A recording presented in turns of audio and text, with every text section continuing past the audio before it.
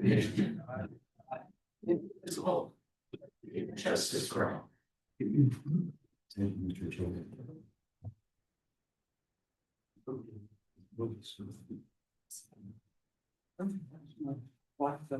I'm gonna need to step up to three.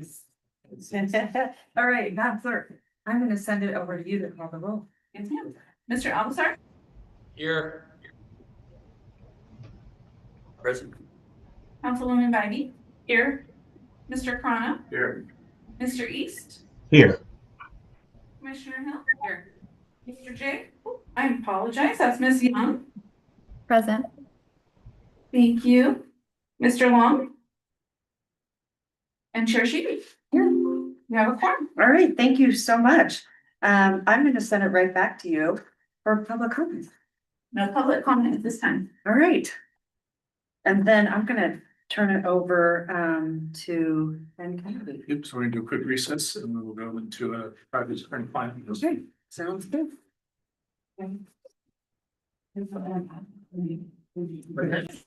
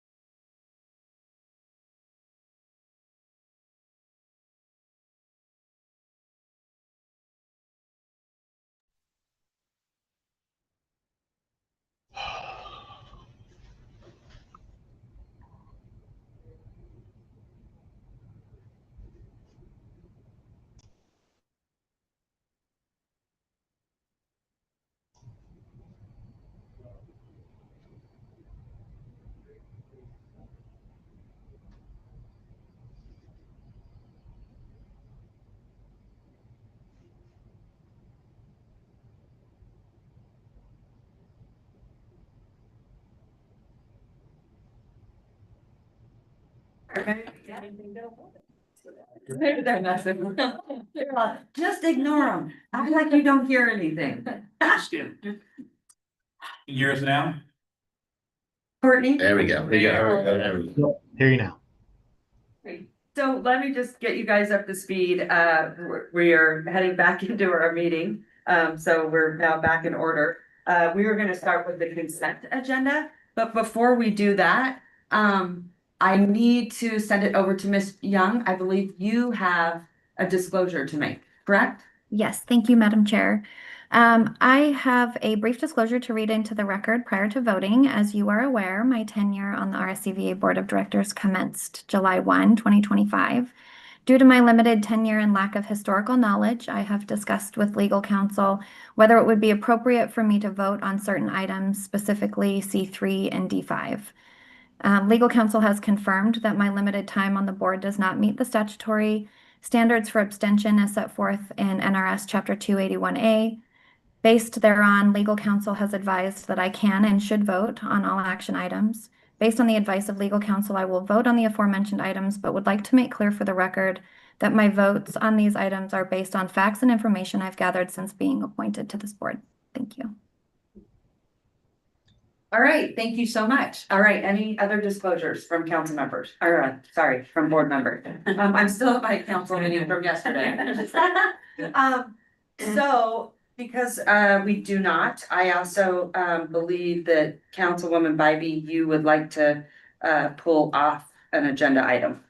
On the consent agenda, I'd just like to remove the minutes. I have a couple corrections. Okay. That we approve. So what I'm gonna do is we're gonna approve the Okay. consent agenda and then we will come back to your Okay. minutes and then we'll approve your corrections. Okay. Okay, so with that being said, can I get a motion to approve? I have a motion. Do I have a second? I have a second. All those in favor say aye. Aye. All those opposed? Motion carries unanimously. Now we're gonna go into pulling off the minutes. I believe that's C2. Councilwoman Bybee, go ahead. So on the minutes, I have a couple corrections on items E1, E2, and E3. The vote on our new members, our board appointments to the board was a 3-0 vote, not an 8-0 vote, because the new law has not gone into effect till October. So on those 3 appointments, it was just the 3 electeds who voted on that. So I have, that is one correction. And then at the end of the meeting, the 3 of us electeds left the meeting early for celebration of life. And at the end of the meeting, H1 and H2 was, Chair Sheedy was not here. It would have been Mr. Squaga who took the meeting. So he opened the floor for public comment and adjourned the meeting. So those are my corrections. All right, thank you so much. With that being said, I need you to give me a motion to approve. Move to approve the minutes as corrected. Okay, thank you. I have a motion. Do I have a second? I have a second. All those in favor say aye. All those opposed? Motion carries unanimously. Okay, now I believe we are headed into, where are we, Ben? D1? All right, presentations.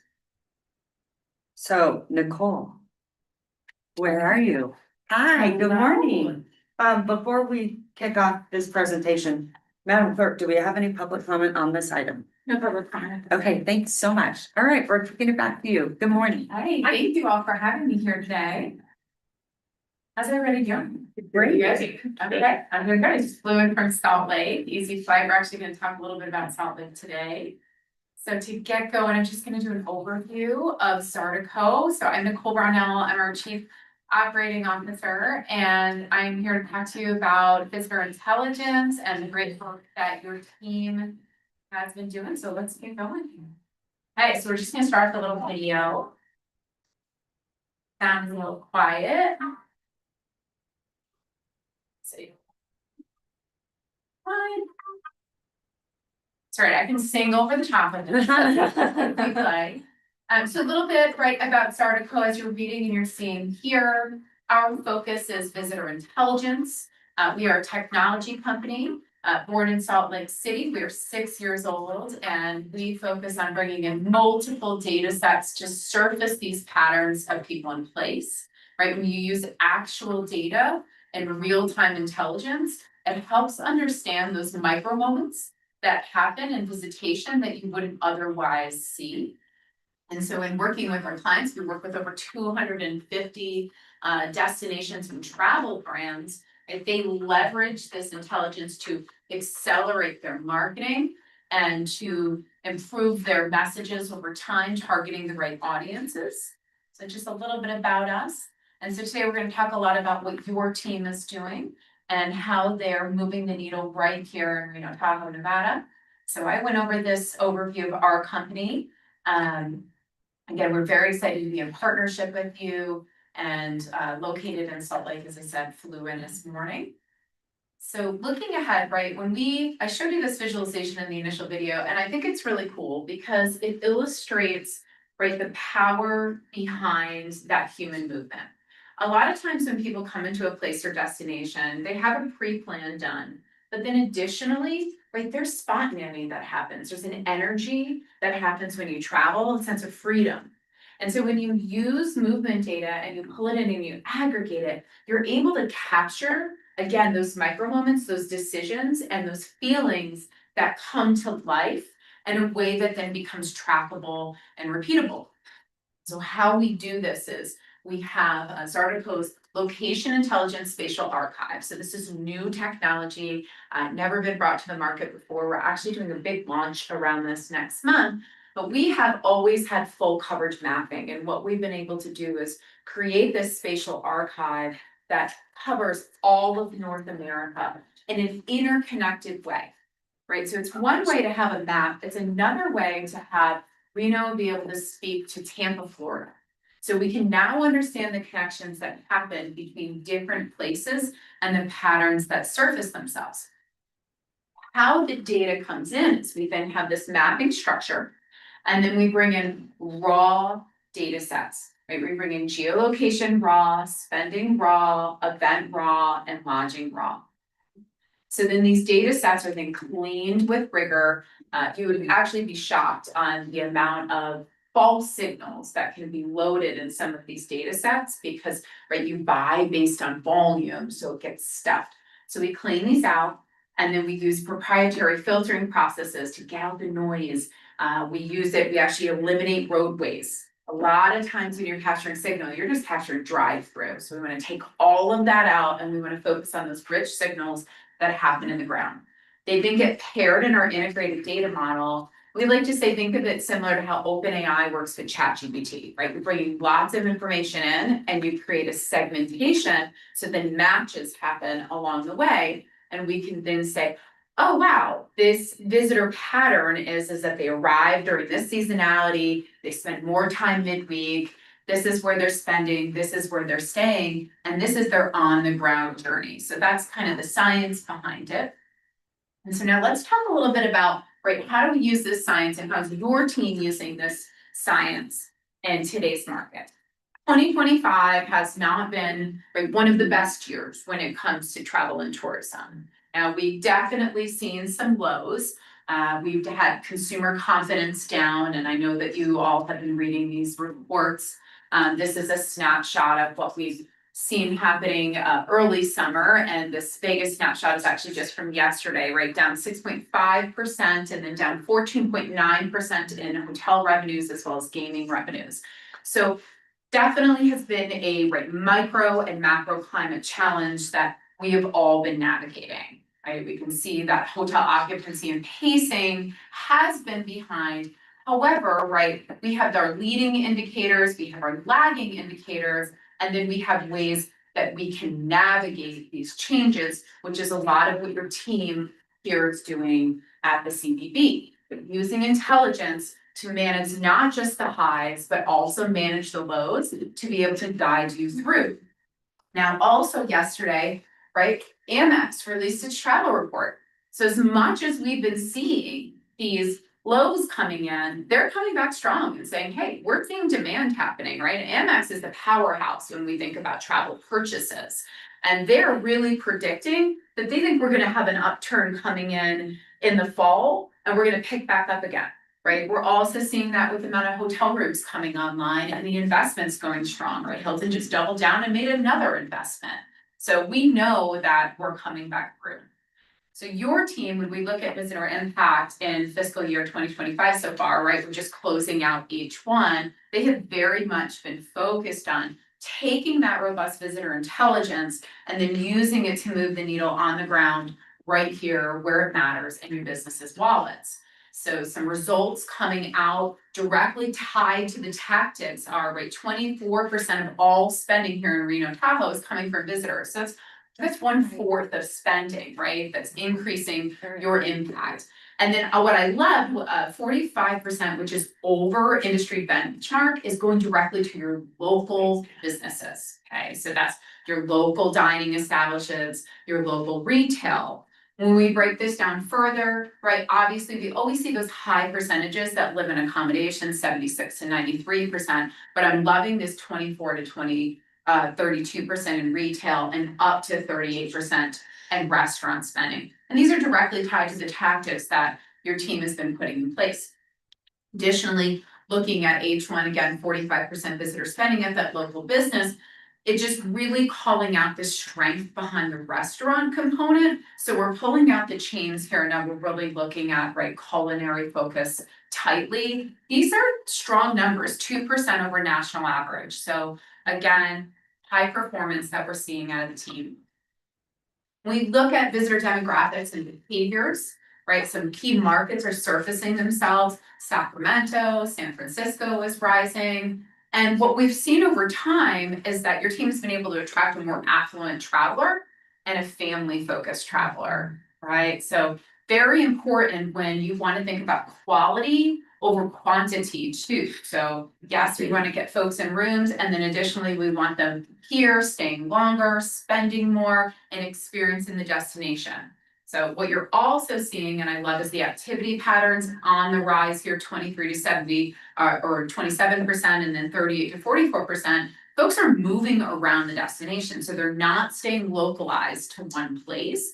They're experiencing the region as a whole. That's a really key indicator for what should be larger growth coming in this next quarter. When you look at how your team has been focused on your family travel profile, yes, you've seen a 1% jump when we look at the whole of H1. However, I pulled back, I actually took some time last night, and pulled those numbers back a little bit, and we're creeping towards almost 5% when we start to focus on the summer season. So I'm really looking forward to see where these numbers are getting us once we do a recap at the end of Q3.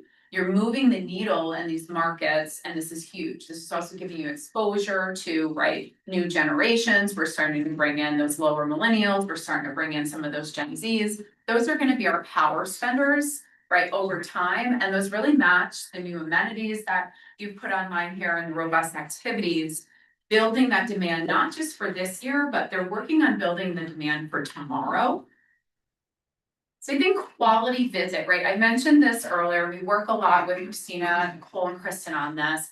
Quality visit, it's something that we do at Zartico based on the data science, is instead of just surfacing folks that are just going to spend more, we use an algorithm on the back end that allows us to weight different markets based on what matters most to you.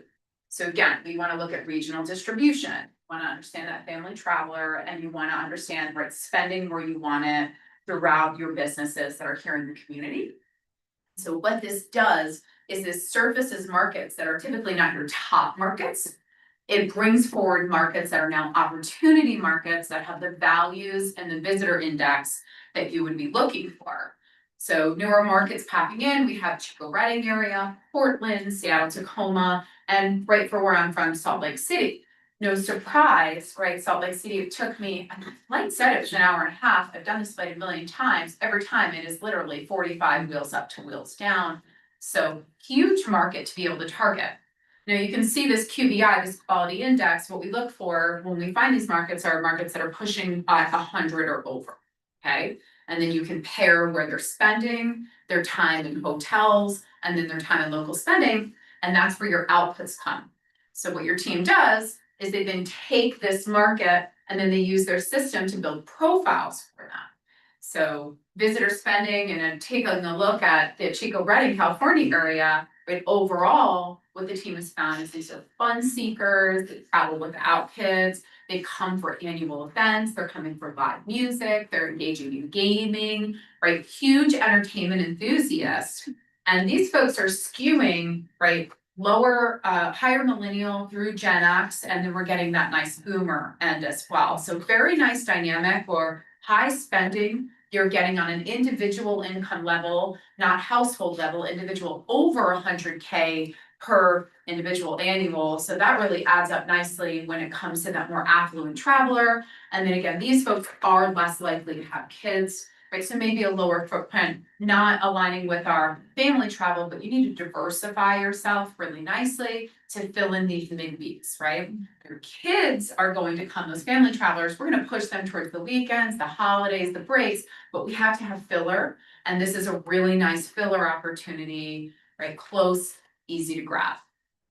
Taking a look at a Salt Lake City traveler, and this one I always find a little bit interesting, right? Different travelers from different places behave differently in different places, right? And so let me make some sense out of what I just said. Salt Lake travelers, we're big spenders. But you know where we don't spend? We don't spend very much in Montana, we don't spend very much in Wyoming, and we don't spend very much in big only outdoor destinations. However, when you pick us up and you put us in a destination like Reno Tahoe, now our wallets are on fire. So huge opportunity for you all to take advantage of, especially because, right, these flights are affordable. They are options that we can grab straight away. We've got some downtime. So that Salt Lake City traveler here, definitely coming for adventure, arts and culture, of course, the gaming, right, exploring entertainment, but also hitting outdoor recreation lightly, right? So we're not coming in to like go into the backcountry, but we are coming in, right, to explore your golf courses. We're exploring whitewater rafting. We're getting some time on the lake, and we're also here for the event center as well and enjoying that gaming too. So big opportunity to continue to work this. I'd like to also see, you know, the lake popping up and then the sparse marina. And for most of you that know, we are Salt Lake, but we don't have a lake. So little niche opportunity when you market to us is that we're dying for water. So, you know, take us to wherever you can, show us water images, and we quickly show up, especially if it's a fast flight. So that's a little bit about markets and market opportunities to continue working that your team is looking at as we move into this fall season. So just staying ahead, some strategic recommendations when we look at the data, of course, is doubling down on the two markets that I just mentioned, but also taking a closer look at San Francisco and Sacramento. They're representative markets of 38% of your visitation. So when we're going through times of uncertainty, it always helps to go back to the old pool, right? And make sure that our creative and our messaging is matching the familiarity that they've experienced. We want to continue to draw them in. And then also shifting some of our budget and focusing on Portland as well as Seattle, Tacoma. Right? They're spending more than 50% in their accommodations. They're spending a lot of money in your retail as well as your dining. So these are very quality visitors, and that's that higher income segment that you would be looking for. And then as it comes for your content, your advertising, what you're putting forward, right? Get those outdoor recreation activities up front. You guys have amazing assets, so just continuing to tout them, right? Diverse visitor interests always matter. Folks like to see that they can do more than just outdoor, right? They want to pair it with a robust nightlife and some luxury elements as added to it, as well as some family and easygoing elements. So you want to be able to see yourself within your advertising and imagine yourself in a place. You guys certainly have a destination that has such a diversity of assets. Keep pushing them. And then finally, we always say, right, use your data to monitor trends. So some of the things that we see is tracking your organic search. And there's typically that we're seeing that as like a 3 to 4 month leading indicator. Organic search has been down overall, and we know that, right? A lot of that is due to AI and these quick tools that allow us to find. But then additionally, when we start to see drops that both further than what we're seeing as the national average, that typically tells us that something might not be quite right. So we want to go ahead and look at that as our early indicator and see if we need to bump some new content up, shift some of our socials, right? That's going to pull in some of our organic and just kind of play around with strategy, maintaining weekly KPIs, which your team does. And, you always just want to see how you're pacing, but don't go into panic mode as well. I say with those weekly KPIs, right? It's doom and gloom. And then, like I said, this week, AMX is like, no, we're all good. So just always maintain yourself steady as she goes. I like to think about tourism planning similar to how I manage, right? We manage our financial portfolios. It's sometimes, right, you're on the rise and sometimes you're going to be coming down to that low, but over time, it's always going to even itself out as long as you're doing the right things, right? You're keeping your money where it needs. Tourism works exactly the same. And just keep a close eye on shifts in booking windows. If you see strong shifts happening, right, you're getting a longer tailwind, target your marketing in that direction. Or if you're seeing that things are pulling tighter, which is part of what you're seeing, and that's due to the local close proximity drive markets, then accelerate, right, some of that advertising in market to get those shorter haul trips, shorter planning cycles, focus on your high converting channels. Now is not the time to do crazy explorations, right? Focus where the fishing is good. And then, as I can see today, and everyone does a good job, just continue to keep your stakeholders informed, give them insights, give them the data. We always like to say rising tide lifts all ships. So if we're doing the work together and we're supplying these visitor profiles across our hotels and attractions, right, they can be doing the same efforts and we can all be pulling in the same direction. So with that, thank you so much for having me join, and I'd love to answer any questions. Okay, Nicole, fascinating. Thank you so much. I love it. Okay, I'm gonna send it back to the board. Anyone want to ask any questions of Nicole? I'm bored. I got a lively bunch over here. No, go ahead, Ms. Phil. Great presentation, thank you. I just would like to hear from Christina just on how we're thinking about this and using this and when we started. Great question. Oh, absolutely. Yeah, we've been partnering with Zardico. Gosh, now you're testing me 3 years, I think it is at this point. 3 years, and they've been integrated with us in our agencies and specifically in our, as you can tell, our marketing and advertising tactics. I mean, it helps us identify our target markets. It helps us build those profiles, build our audience profiles, determine what creative goes where, when it goes where. And like even on the goals that I'll talk on here in a little bit, that's as Nicole's talking about those like high impact conversion channels. That's one of the reasons why you're going to see the goals are really outperforming because, as economic changes happen, that's what we're seeing is to really focus instead of on those big aspirationals to really dial in and focus on those high conversion channels. So The people who know us. correct. Just Mhm. come back. Yep. Okay. Mm-hmm. I will say, from a Zardico standpoint, as I said, we work with over 250 clients at this, level states. We work with countries, travel brands. Your team is extremely engaged. Yeah. So we have a bi-weekly meeting, get together with our account team and we rotate in. I think I attend every other month.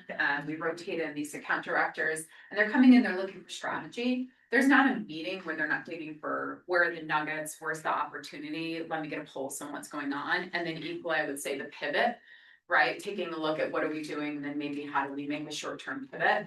That's not super common, right? I won't say most of the folks, but there is a large portion of folks that we work with that are looking for more of a set it, forget it. Yeah. And that is not the team that you have. This is a team that's saying, hey, how do we push this further? We want to accelerate. And again, as I noted in the presentation, what I noticed the most out of Christina, Nicole, and Kristen is, hey, how are we planning for 10 years out? How are we thinking 5 years out? So they're not just thinking about today, they're really looking to position you well out later. As for agency, we know that you're working with Miles Partnership now. They are one of our certified agencies. They have access to the platforms. We're inside using it for planning. BBK equally was certified. So we want to make sure that we've got this into the hands of all the partnerships. You also work with future partners.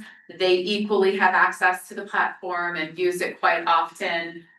It's a nice layer when you look at, okay, this is sentiment, right? We surveyed 500, 600, 1,000 people, and now we can take a non-biased view where we're looking at millions of people and comparing that to feelings, right? And you create this beautiful correlation that your team is using to guide themselves. So different data sources, different use cases, and when you pair them together, it becomes an accelerant. So you have a very nice plethora. Great work around the board. Go ahead, Thank Steve. you. Chair, are we reaching out on this spin so is it going outside of Washoe County as well? Are we being able to pull? They go to Virginia City, they were spending in Carson City. Oh, absolutely. So our universal spatial archive, we've got everything captured. So, you know, if you want to know what's going on in Canada, we can have that covered too, which your team asks. But we are able, in your system, you're able to look universally at anything that's coming inbound, right down to international visitation. So if it's coming inbound and it's arriving here, you've got it. And so when we say 45% spending with local businesses, Mhm. I'm assuming where's the other 55%? Is it? Good question. That's gonna be your casinos, Okay. right? That's gonna go into our larger brand. You're talking Exactly. more mom and pop. Correct. Stephen's Yes. like that. It's all good. Well, no, I'm thinking. No, it's great. A lot, I'm Yeah. thinking, I'll try to take it, actually, our priority would be, I mean, obviously, we're local business. Yep. I'm just trying to clarify in my head how you're looking at it. So we separate, and we can go back to the presentation, but we separate out like accommodations. We're gonna break that number down for you, then we're gonna break down the local impact, and we can really dig and dive. So if you have follow-ups, we can work with Christina, we can pull actual specifics. So when you do a really broad economic impact number, an economic impact number is also going to bring in grocery and gas station and all of that. So what we try to do is weed that out when we get down to this local visitation. We can include it in the big bucket, certainly. But when we think about visitor spending, we want to be able to pull back to that. I really need this level of transaction. We also look at short-term vacation rental to try to understand what the volume is that you're getting there, because then we're gonna correlate that with the grocery component. That's where the AI and all of our filters come in, right? Trying to match up the true value. Yeah, and the trend. Yes. And just two more quick ones. Yeah, go ahead. So we have 3 years of data, it sounds like, Mhm. so we can start looking at trending or what things that are changing. You got it. Lastly, LA market, because I think it's one of our best air service. Is there a QBI, what we're calling it? Quality. Visitor quality value Yeah, Yes, Or quality visitor index? Yes. Do we have that for that market? we do. Okay. Yeah, some of those call out markets were more of, we just decided to focus on some of the opportunity market. Yeah. Obviously, the Bay Area and Sacramento and Southern California are trying to do strong markets, so those are ones that were, I would say, all of the always ons. And then, but they help us layer in who to go after in some of the need periods or seasonalities, and so that's what we were kind of figuring correct. And we today. would happily send you But the yes. insights on your LA market. It is certainly strong. It's like your top feeder market. Right, so as Christina's saying, you wanna focus on your feeders, but then what are those other low hanging fruit that we can start to fill in those midweeks with? If that is a follow-up, Christina, you just let me know, I'll make sure that we set that. Thank you. Thank you. Or I'm gonna sneak in here, Mike, and log out, I guess. Okay, thank you so much. Mr. Officer, are you there? I'm Hi. here. Can you hear me? Yeah, go ahead. Great. Thanks, Madam Chair. Thanks, Nicole, for the presentation, Christina, for all the work you guys are doing. Really interesting, and with the advent of my appointment to the RTAA, and I know that Ms. Young is serving on that authority as well. It's interesting to hear some of the markets that Nicole brought up that hasn't necessarily aligned with some of the push that I've heard in the past for tourism. And so I guess my question is to Mike, Christina, and using the information that Zardico has given us, what are we doing to provide more flights from those markets where that 100 indicator is hit, and obviously these are people we want to bring to the region more frequently. And then I guess my question to Nicole would also be, what other regional airports? So I know you've got Sacramento, what other Northern California airports are flying in perhaps on a discount airline, because not all of them can afford some of the more expensive airlines that come in. I know you said Salt Lake City, I believe there's only one airline that goes nonstop through that airport. So what are your thoughts on bringing more people here? I can start with the flights and then I'll pass it over to whoever. So, Seattle, Portland, Salt Lake City have always been important markets to us. And I will say we are working very closely with the airport. Salt Lake City, I will say, especially as one from point to point, but then also as a hub to continue around the country through Delta. So that is one that we always have our pulse on. We are talking about increased service through Seattle, Portland. They're all on the radar, and if they're on the table, we would take them. Because not only do we see opportunity out of those areas, but I know Travel Nevada also has those markets pinpointed as key opportunity markets as well. So we absolutely would love to increase air service from those lists. And just if I could, Mr. Adler, I might better get it for the record, just to add to Christina's comments. The team is looking at the data. Obviously, it's very important to make sure that we aren't just seeing the data, not doing anything with it. So we take that data, we share that with the airport, we share that with our airline consultant through the airport to help identify opportunities where we can approach the airlines for some of that regional service or daily service. It's not regional. So definitely that data does not go to waste. Definitely, we've seen that, just jumping off of that, Eddie, right? So you surface this information to a team, we see this quite often. New route development or lift development is typically uphill, and we know that, right? So the best way to manage that is identifying, okay, we've definitely got demand here, right? Maybe we have a shortage, there's a local airport or an airline nearby, and then doing exactly what Mike and Christina said, is taking this information, getting it over to the airlines, getting it to the airport as opportunity. A lot of times you'll get folks like the Breeze or the JSX, those type flights that are willing to put in test flights in. I've actually worked on a few of those projects myself to establish lift. And that is normally the first penetration. It is very rare that you're gonna get a Delta to throw in an additional flight. But you work that area, and it really is about showing this quality or being able to equally show that there are folks coming from possibly outside of that MSA or DMA and flying, say, driving into Salt Lake. Maybe we would actually benefit if we had a flight coming out of Provo. So we do analysis with your team. We did do an air analysis with you last year, so happy to pull that up and regenerate it. And we can do another look as well, where we take a look at lift opportunities. Okay. Mike, can I ask, was that shared with the airport? It is, my brother got the adjustment here, so we do share this information with the airport based on the results of. And do they have tracking tools? Because I know that there was a market, we had that other marketing. Version economics. Yeah, it was fantastic. Yeah. And Richard J had mentioned they didn't have those types of tools on that side. So I'm just curious if there are other tools in this capacity.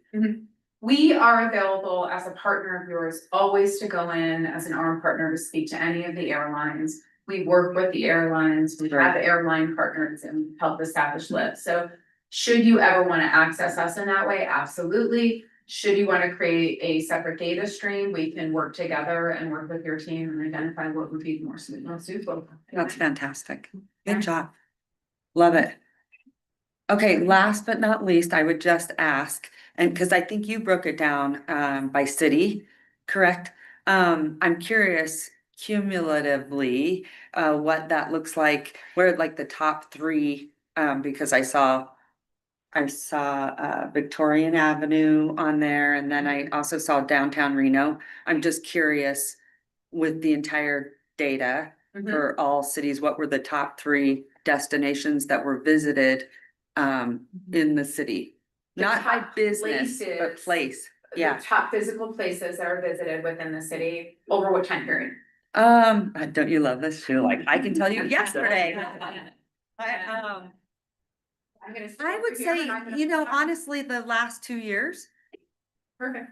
I'm just gonna sit right here and before that, I can send it over to you before the end of the meeting, you'll have it in your hand. Yeah, I love that. Yeah. Right? Because I do think it helps us focus on those areas that, you know, it just gives us so much information to use. And then I would just say for the properties, I would reach out to you because I think you could get a lot of good nuggets for how you want to reach out to visitors as well, which only helps us because we're all throwing the information out there. That's right, that's right. And I know you guys do a great job with it. So everything in our system is downloadable and via PDF. So they often get requests and then they're sending this information out. You also have auto deployment set that you're getting information on the ground and locally. But yes, I will look at that information. And then just for the historical question, we are tracking data back to 2019. So currently in your live system, we load data to 2021 to now. It would be too heavy if we were trying to put in 2019. But our team has access when your team is interested to even look at pre-COVID benchmarks.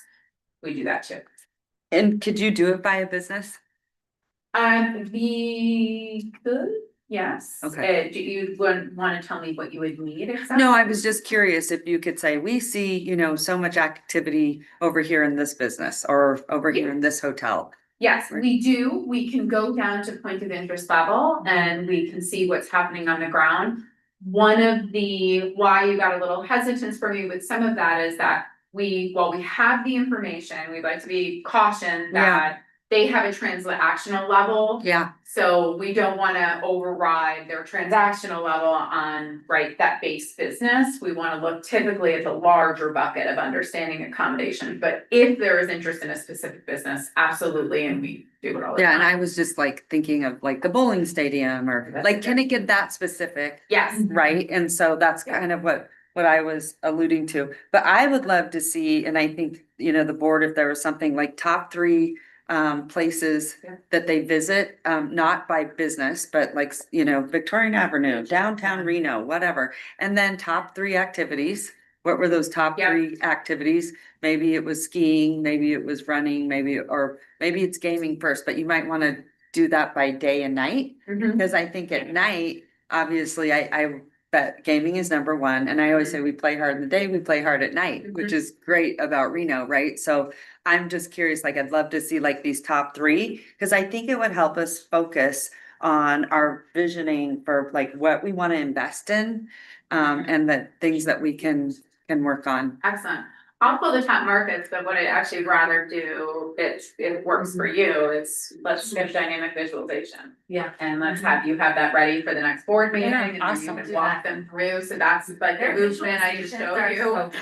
Yeah, I You love can it. see, we can just focus view in, and then you decide, okay, we wanna focus on bowling, we can actually look at that place, and then what we're able to give you is the movement patterns, and each line and arc or dot has a different color based on the market that they are, right, and the time that they spend and what they spend, so then you can really dive into that journey. I'm think that kind of, more and I'm looking for where we should be spending our money. Right. Like, I don't wanna be spending it on curling if I know that everyone is watching football. Yes. Or they're all playing football, whatever. I'm just saying, like, that helps us, I think, direct the board of We'll what. get one right. Love data. Yeah, I love it.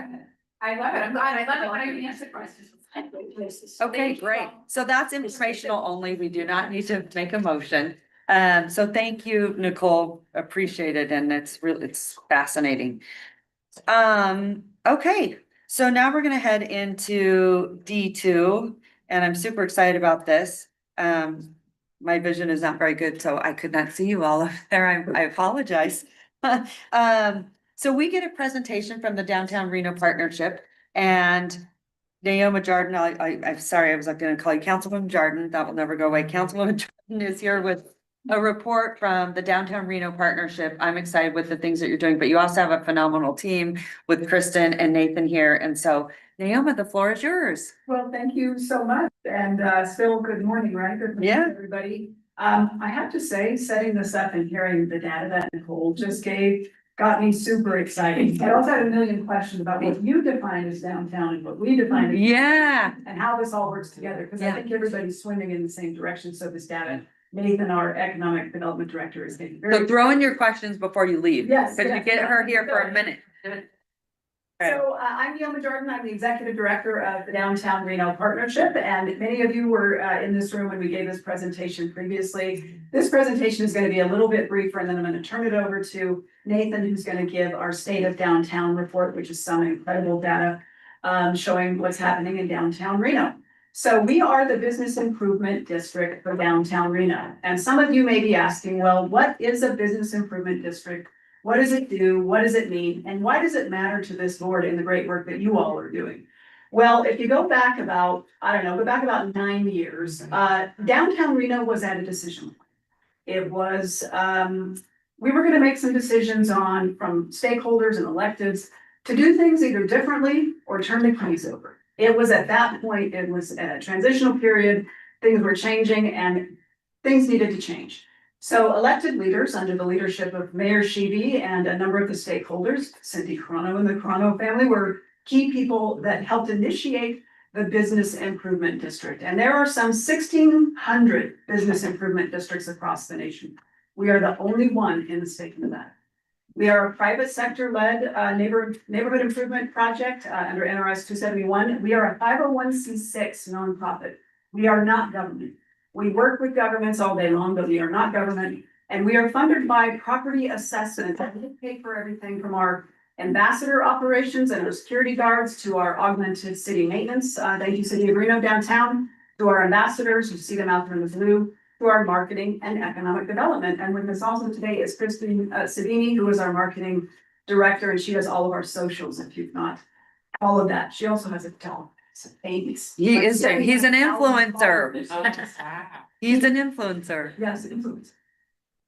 So if you had spent any time downtown before the business improvement district was created and our ambassadors started doing the great work that they're doing, this is what you saw. There was major cleanliness issues. Homeless populations were not being consistently or strongly tended to. No real sense of community. You kind of avoided downtown, you drove around it, quickly drove through it, but you weren't going to stop. Police were inundated with nuisance calls and services for vandalism, graffiti, etc. And why does it matter to this group? It matters to this group because whether you're coming into Reno and you're driving up to a great event at the lake, or you're going to the rib cook-off, or you're going to the spa at the Peppermill, you're coming downtown. You're coming downtown to take a picture with the Arch, you're going to the Brewery District, you're going to the Riverwalk District, you're going to a great show at Caesars Entertainment or the J Resort. You're doing something, and so the conditions of downtown, are very, very important. And that's why the leaders at the city and the stakeholders came together and said, we want more. Government can only provide a mean level of services. Downtowns need more than that. They need more of all the things that make downtowns great. So our district covers 110 blocks of downtown, and we serve 1,500 properties. So if you look, you all have mouse pads that we gave you here, and this is an illustrated map that shows our boundaries. And our boundaries go from the southern end of UNR at the north side of our district, all the way down to the tip of Midtown to our southern district, over to Keystone to our east, and Wells Avenue to our east. I swapped that. Keystone to our west, Wells Avenue to our east. And we are divided into 3 separate sections for services: standard, premium, and premium plus, which is Virginia Street, which is our most iconic street, and we give the most services there. And then the little icon you see at the bottom of here, you can click on that and you can get to every single parking spot in downtown Reno. So whether it's paid parking, customer only parking, you go to that icon right there and you can identify every parking spot in downtown Reno. Find what's available, go park there. But down at the bottom there is our hotline. We are open 24/7. We work 3 different shifts, 365 days a year. You call this hotline and we're gonna help respond in about 15 to 20 minutes and help with any issues you have. So if you spend any time downtown, come through, you've seen our great ambassadors in blue and our security personnel.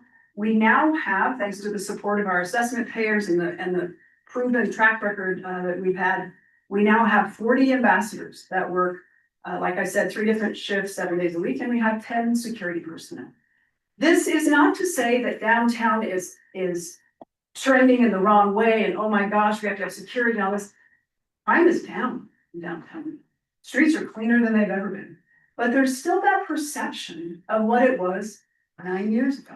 So we're really fighting a perception war, and we really want to be able to say, offer that smile, offer that friendly greeting from our ambassadors to, if you're a visitor, we're gonna smile, ask you, do you need directions? Do you need a restaurant recommendation? And then we have security personnel that are really there as a deterrent. They're meant to be there to address difficult situations, and this really has driven up the sense of comfort in our downtown core. In addition to what our ambassadors do, we also do activation and beautification downtown. So right now, we got a 2-month roller skating event at the Leaf Plaza. This started at Locomotion Plaza and it was a huge success. So we only did it for a single night. And everybody said, do it more, do it for longer. So we broke this out at the Leaf Plaza. It's completely free. Back to your visitor profile. This is a no-cost event that families come to downtown for. It's an outdoor experience. You get to have a great time. And guess what? You're gonna go visit that coffee shop, that restaurant, that museum, that shop. You're gonna get to see the improvements happening downtown while you get some free skating in. And families are really loving it. Down on the left, maybe weird that I'm posting a picture of trash cans. But trash cans are really important. They not only allow us to put the district map on there, give people some directional idea of what's going on downtown, points of interest, but there was a problem with this, and Mayor Sheeby championed getting 184 new trash cans downtown. These cans are really great at their job. They keep the trash in. It doesn't fall out. It doesn't People blow. picking things out. Picking through it. Huge difference. Infrastructure, huge difference for downtown. We just launched 100 flowering planters on Virginia Street. These are self-watering. That means they have a wicking watering system in them. And they are beautifying Virginia Street in a softscape way that streets and sidewalks can be kind of uninviting and gray. We will hear from experts that if you put some greenery, some color, it sends the signal that we're open. It's welcoming. Come this way. So that's what we have installed all the way down Virginia Street. And if you see to the right there, that's some of our beautiful vacant storefront murals that we know there's vacancies. Every downtown has vacancies. We're doing level best to put some artistic, local artists did this, add some color, mix it in. Here is the last slide that I will leave you with for my presentation. This is the last year's stats on what our team has accomplished in the last year. So the biggest one up to your left there is over 312,000 pounds of trash that we have disposed of. I'm not talking about the trash in the trash cans. I'm talking about all the other trash. Were it not for our ambassador work, that would be on the streets of downtown. We've removed over 1,500 shopping carts from the area and got them back to their rightful owners. Over 1,400 people we've connected to services. We give people rides, our vulnerable populations to everything from shelters and DMV to Social Security. We check in with all of our stakeholders every day because nobody knows what's going on better than coffee shop owner or person, the security person at the doors of the casino, etc. And we do power washes all the time. You call us, we'll come and clean up all those things that people and animals. And with that, I'm going to turn it over to Nathan. We'll do questions for the whole thing at the end, but turn it over to Nathan. You can stay down. Thank you, Neoma.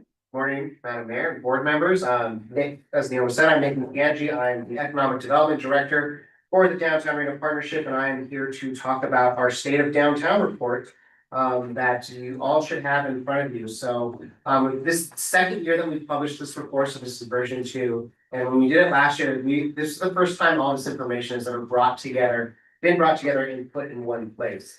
We use this as a resource for developers, investors, brokers, people looking to bring a conference or convention into downtown, which we've met with the RSCVA team with some of those potential clients before too, as well as just anyone that wants to learn more about the downtown area.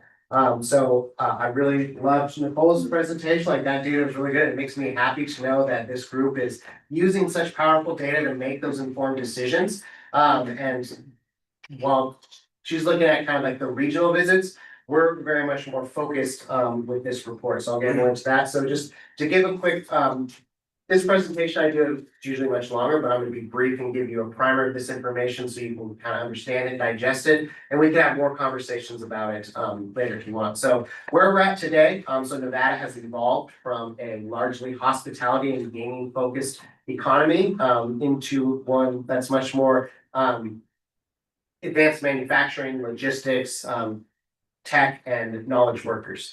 In 1997, there was 17 hotel casinos in downtown Reno. Now that there's only 4. So that shows that we're shifting much more towards arts, entertainment, professional, technical services, and retail, which has been driven largely by retail food and beverage operations, up 350% just in the last 5 years.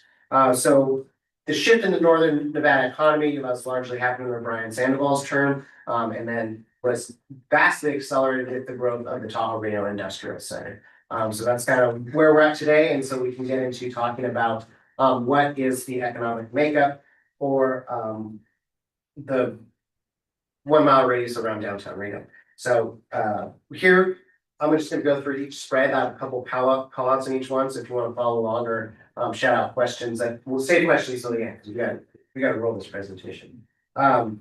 So the narrative on this page, it just paints a largely positive and optimistic picture with a focus on purpose and success of this publication, highlighting the momentum and using it as an asset, along with an invitation to bring us in for presentations, to have conversations like this.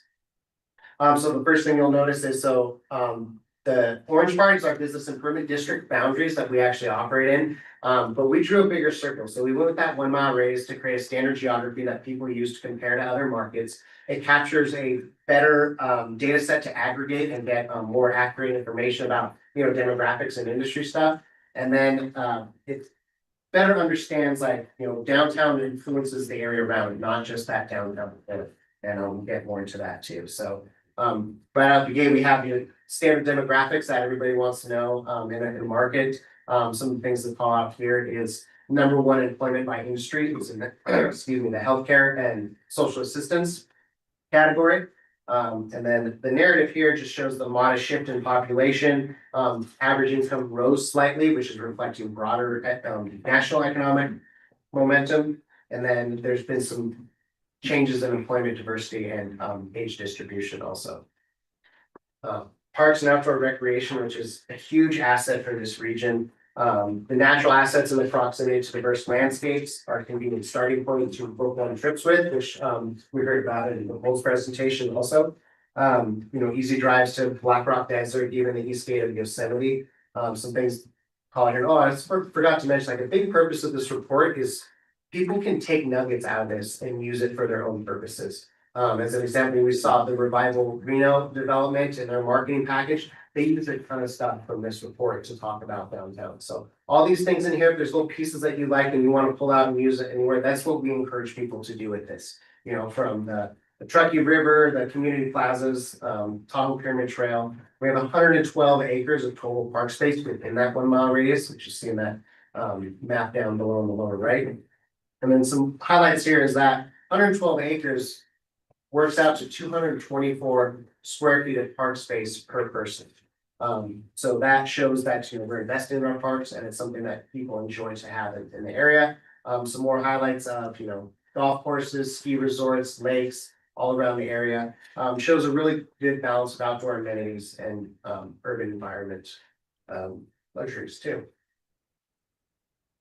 The office and real estate section is pretty standard for people looking at to come into this market and this industry, do those things. Some of the callouts in here, lease rates have softened a little bit. The occupancy rates have softened a little bit, while lease rates rose slightly, which shows that there's still a strong demand for the more higher end spaces that people are wanting to move into.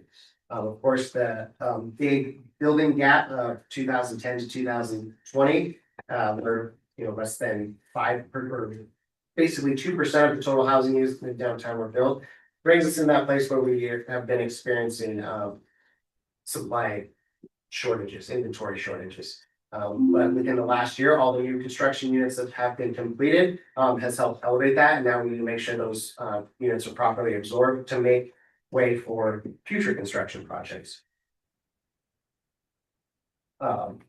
A lot of downtowns would love to have a tier 1 university right outside of their downtown, just right into the bit, just like we do. So the University of Nevada, Reno is a huge asset to this region, helps to contribute long-term vitality, research, innovation, cultural contributions to not just downtown, but to the city as a whole. Some of the cool things is the business building that was just completed. You've got the University Village that has actually crossed the freeway into downtown with parcels that they purchased. And then with UNR and everything they're doing, we saw growth in numbers all across the board. So a lot of great information on this section, just to highlight the university. And continuing from the university, we have the Innovation Center. right on the south end of our district. And that's where the startup entrepreneurship and innovation ecosystem is centered. We have a pretty healthy budding startup ecosystem. And last year, this data is all on calendar year based. So last year, $170 million was raised by downtown area late stage startup companies, driven largely by American Battery Technologies, which has an office in downtown. And then there's also some lists of entrepreneur service organizations, highlights of what they do, and then some other stats about the innovation center. I mentioned that the healthcare and social service industry was the #1 employer within that 1 mile radius. And this is a big why, because we have 2 full service hospitals. We have the most advanced orthopedic center in the region, as well as federally qualified healthcare providers. What I'll get into a little bit in the visitor information, but we see Reno is a destination for what we call medical tourism, where people actually traveling to this area to receive that medical care. When you look at a heat map of foot traffic within the 1 mile radius, of course, the center at the Reno Arch is going to be lit up the most, but then you also see big hotspots at St. Mary's and Renown. So that's something that we see will continue to grow. The narrative here is just that this industry is a key economic driver with employment activity and patient visits, and then also the heavy investments that go into these facilities as well. So this is a section that you're all very interested in, the hospitality, tourism, and culture. So this narrative basically says, we have diverse dining and entertainment, along with outdoor recreation, arts, culture, making Reno that dynamic destination that you all already know all that. So some of the highlights and call outs in here. When you look at, we also have the top 5 visitor markets for unique visitors outside the region, which lines up with what you see. Sacramento, Las Vegas, actually, I didn't see that in your report. I don't know if they're coming here more for business or just for visits, is what we see. So San Francisco, San Jose, and Stockton. So those are the top locations within that 1 mile radius. One of the interesting things here is if you look at visits from within the region, so we call the Western Nevada region, about 450,000 visitors created 18.7 million visits, averaging 41.5 visits per person. So that's showing that people are coming into this 1 mile radius to get services, to get healthcare, to do dining and entertainment and all those things, and they're coming back a lot each year. Outside the region, within that 1 mile radius, we saw 2.95 million visitors, create 11 million visits, and it's about 3.7 visits average per person. Shows that downtown is a repeat destination for people throughout the year. That's based on the consistency of the experience that they can have in downtown, with the events that happen year round, and also the value that it creates when they come here. And it's also largely, like you said, a drive market. And then talking more about foot traffic, we track all this stuff downtown specifically for the events, like when they close Virginia Street or take place in other plazas. This looks a little better in a chart form, but here's just that attendance for your information, just to kind of get a sense of the size and the impacts of these events that are recurring annually within downtown. And then just some more of the highlights, we have a lot of like a world-class discovery and science museum, the only accredited art museum in the state. The National Automobile Museum consistently ranked from the top 10 collections on the planet. Greater Nevada Field, which is just an absolute home run of a facility. And then, of course, the Pioneer Center, where you can go see Broadway shows, other entertainment, a list of downtown events that happen every year, all the different neighborhoods that are within that 1 mile radius that contribute to the cultural vitality of the region as a whole. So the last page is just a bit of a conclusion, shows some additional resources, does those city highlights, all these lists that we're getting ranked top of or best of lists, things we're getting named like the Adventure Capital of the West or the happiest place to live. This is just showing that we're doing pretty good at PR. PR is a team sport, so we all got to be out there talking about how great this area is, and why we love it as well as why visitors love it. And so thank you for your time. That's our presentation. We have time for some questions, so we'll come back up, and if you have any of those, we can, yeah. All right. Fantastic. Love it. Downtown has just been so amazing this summer. So I just, it's impressive to see those Great numbers. weather. We've had good weather. It's on my phone. You know, I control the weather, right? And then Nathan, I did catch your, what did you say? You said something like the baseball stadium. It's a whole room. So I caught that too. One of the things too, that I think is really important, that when I walked out of the Pioneer, they have the big sculptures from, I don't know how you pronounce that. There have been a lot of visitors over there taking pictures, and then the activation with the roller skating. And then I really hope people are driving down, because now having that green does make a big difference. It really does.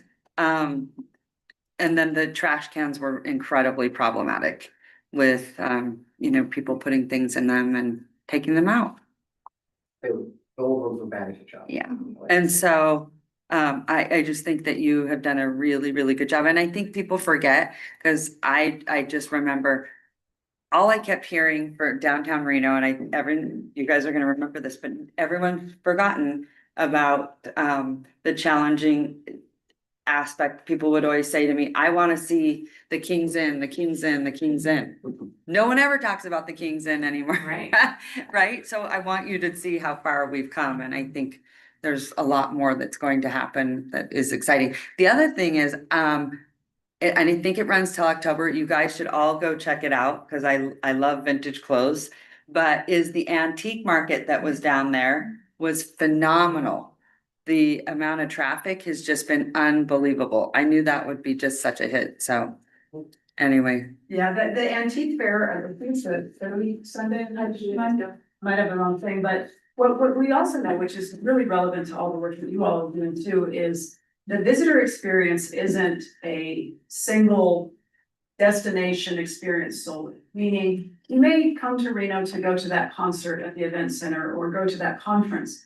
But while you're there, you're experiencing other things. You're gonna go walk to the Riverwalk, you're gonna go to the Brewery District, you're gonna go down south, you're gonna go to Tahoe. So the importance of having a clean, vibrant, friendly downtown is important to everybody, because they'll remember that holistic experience. That's what makes them want to come back, is, we work very closely with RSCVA whenever let's say the bowlers are in town. We know exactly where they're walking to and from, and we ramp everything up and make sure they have a good experience. So we're here to augment the work that you all are doing, and we're here to also say thank you for everything that you're doing, because the boat is rising. We went through some difficult years, but we're coming out the other side. So any questions from the board? And I would just ask Nicole, because this would be interesting. Love to know people who come down to downtown Reno, but stay outside. They don't stay in downtown, but they do stay outside downtown. Love to know what those numbers are showing. We'll go ahead and pull those. Yeah, that's awesome. Yeah. She's all about fill my info. Can I just validate Okay. their Bob Jacobs traveler? I sent that over to Christina too. But primarily business traveler with light entertainment and light outdoor. Yeah, the other thing was the festival grounds. By the way, everyone should be checking out the festival grounds. It was phenomenal. It was just, I mean, and there was so much love because it was reggae but people were really excited. And I gotta tell you, everyone that I was talking to, I was like, where are you from? Where are you from? Most of those people are from Chico.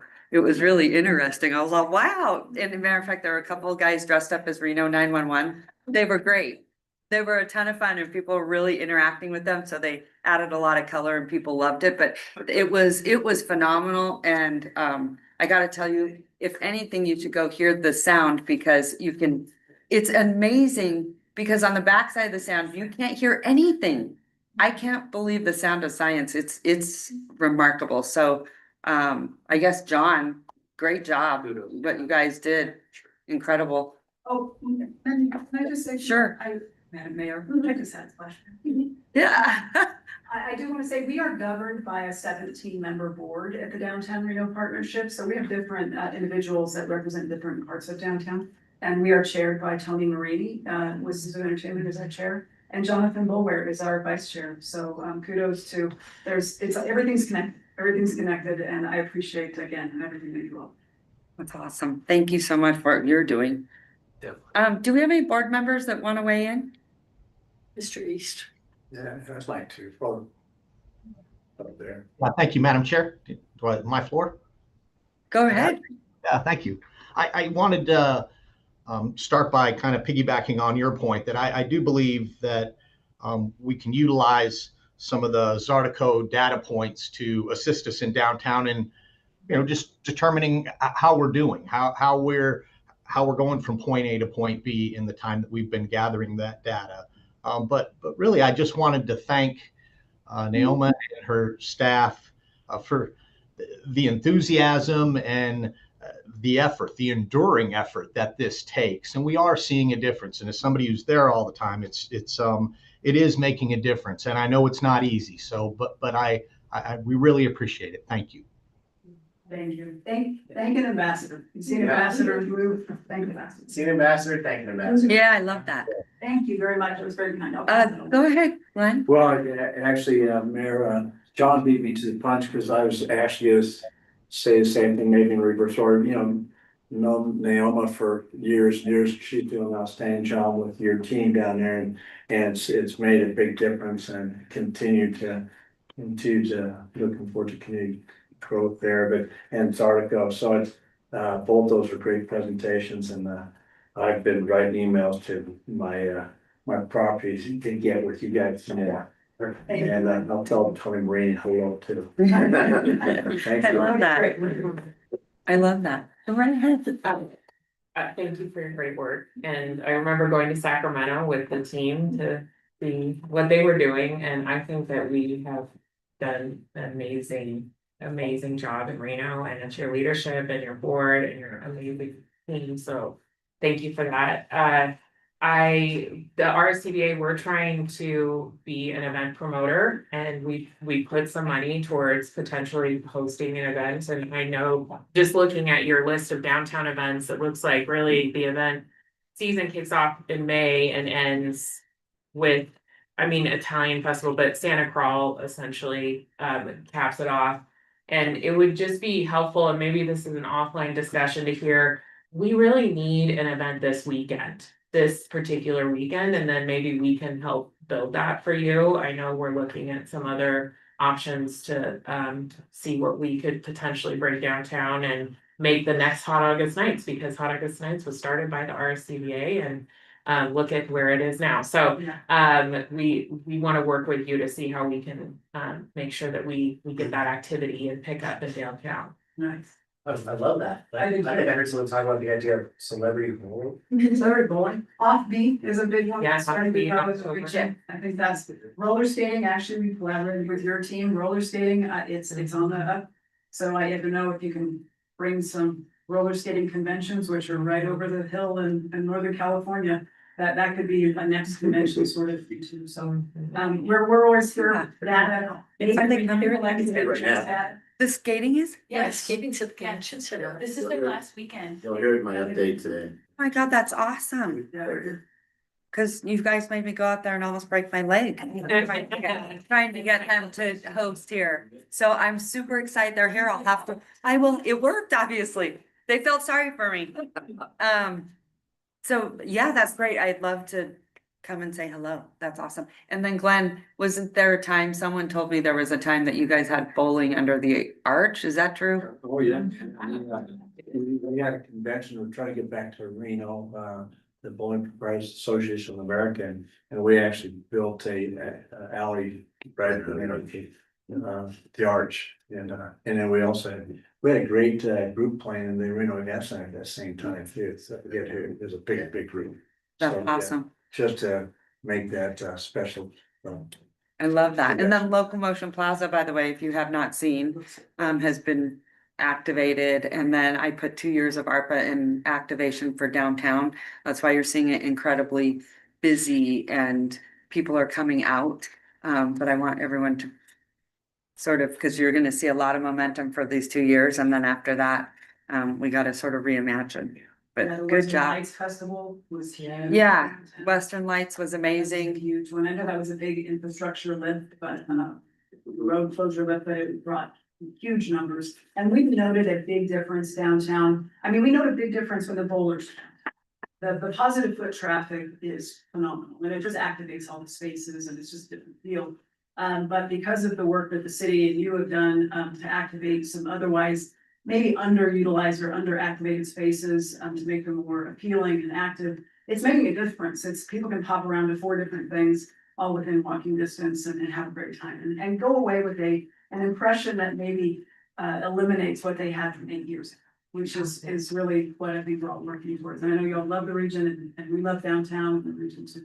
Yeah, I also just want to stress, I want to see law and order in downtown. I might just recommend a downtown police chief, to be honest with you, because we're getting more and more visitors down there and safety also has to be a priority. So keep me posted on how that's going. I know they've been working on it with deeds, but I just think it's so critical to make sure that it's always safe for visitors as well. So thank you. Thank you so much. All right, thank you. I love it. Okay, we move on because we do not have to take a vote on that. So, okay, so I'm gonna send it to you. Mike Largetta, that'll be item D3. It's gonna be your update. Thank you, Madam Mayor, Mike Larragetta for the record. Just to echo on the board's comments today, Nicole, and Kathleen, thank you so much for your presentation. Great job today. I will be providing an executive update for the staff. I'll be focusing on 4 areas: the Spotlight Employee of the Month winners, some recently consumed activities, current future activities, and then, as we do every board meeting, which we started a few board meetings ago, performance for the prior year or the prior month, and then where we finished for the year, fiscal year ending June 30th. So first of all, I'm excited to announce our May and June Spotlight Award winners. May's winner started her career at Visit Reno Tahoe on January 16th, 2024 as an event coordinator and was promoted to event manager on May 5th, 2025. As I always do, this team member's director had the following quotes to share. Her contributions to the Reno Sparks Convention Center team and to our clients have been invaluable. She began at the RSCVA in January 24 as an event coordinator. She quickly proved to be an excellent addition as she showed her high level of professionalism, customer service, and attention to detail. In May of 2025, she received a well-deserved promotion to event manager. Events are filled with unexpected changes, and she always handles them professionally. She is equally supportive of the internal RSCVA team and our clients. We are very lucky to have her representing Visit Reno Tahoe and the Reno Sparks Convention Center. May Spotlight Employee of the Month winner is event manager Whitney Mestry. Good job, Whitney. June's winner started her career at Visit Reno Tahoe on January 12th, 2022 as a destination experience manager.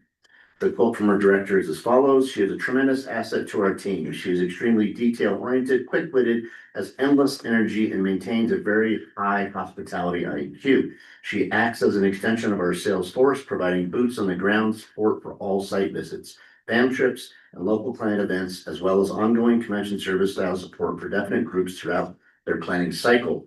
She is often the first Reno Tahoe face clients meet in person, so her knowledge of our region must be on point. Her coordination of activities must also be flawless, as a misstep reflects our organization. She acts as a mentor for our younger teammates and is quick to support other departments as needed.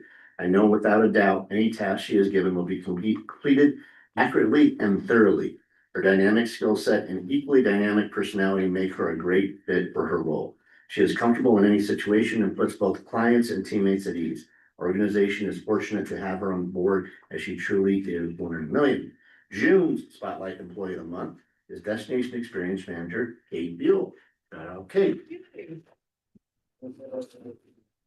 So we continue to provide live entertainment at Reno Tahoe International Airport for major special events and group arrival days. This was our second opportunity. This took place on July 9th, and the band pictured here is Bayberry Cast Quartet, and they were present to welcome the fans attending the American Century Championship at Edgewood Tahoe. I actually went out and watched the band perform for about a half hour. Very entertaining. We will be using this band again, and it was just so rewarding to watch people either going outbound or inbound, stopping, taking pictures.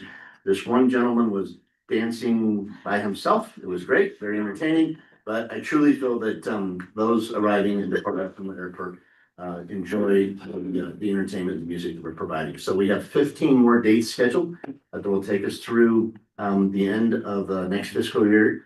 actually through, I think we stopped in December, that's what I think December. And then we'll revisit for 2026 moving forward.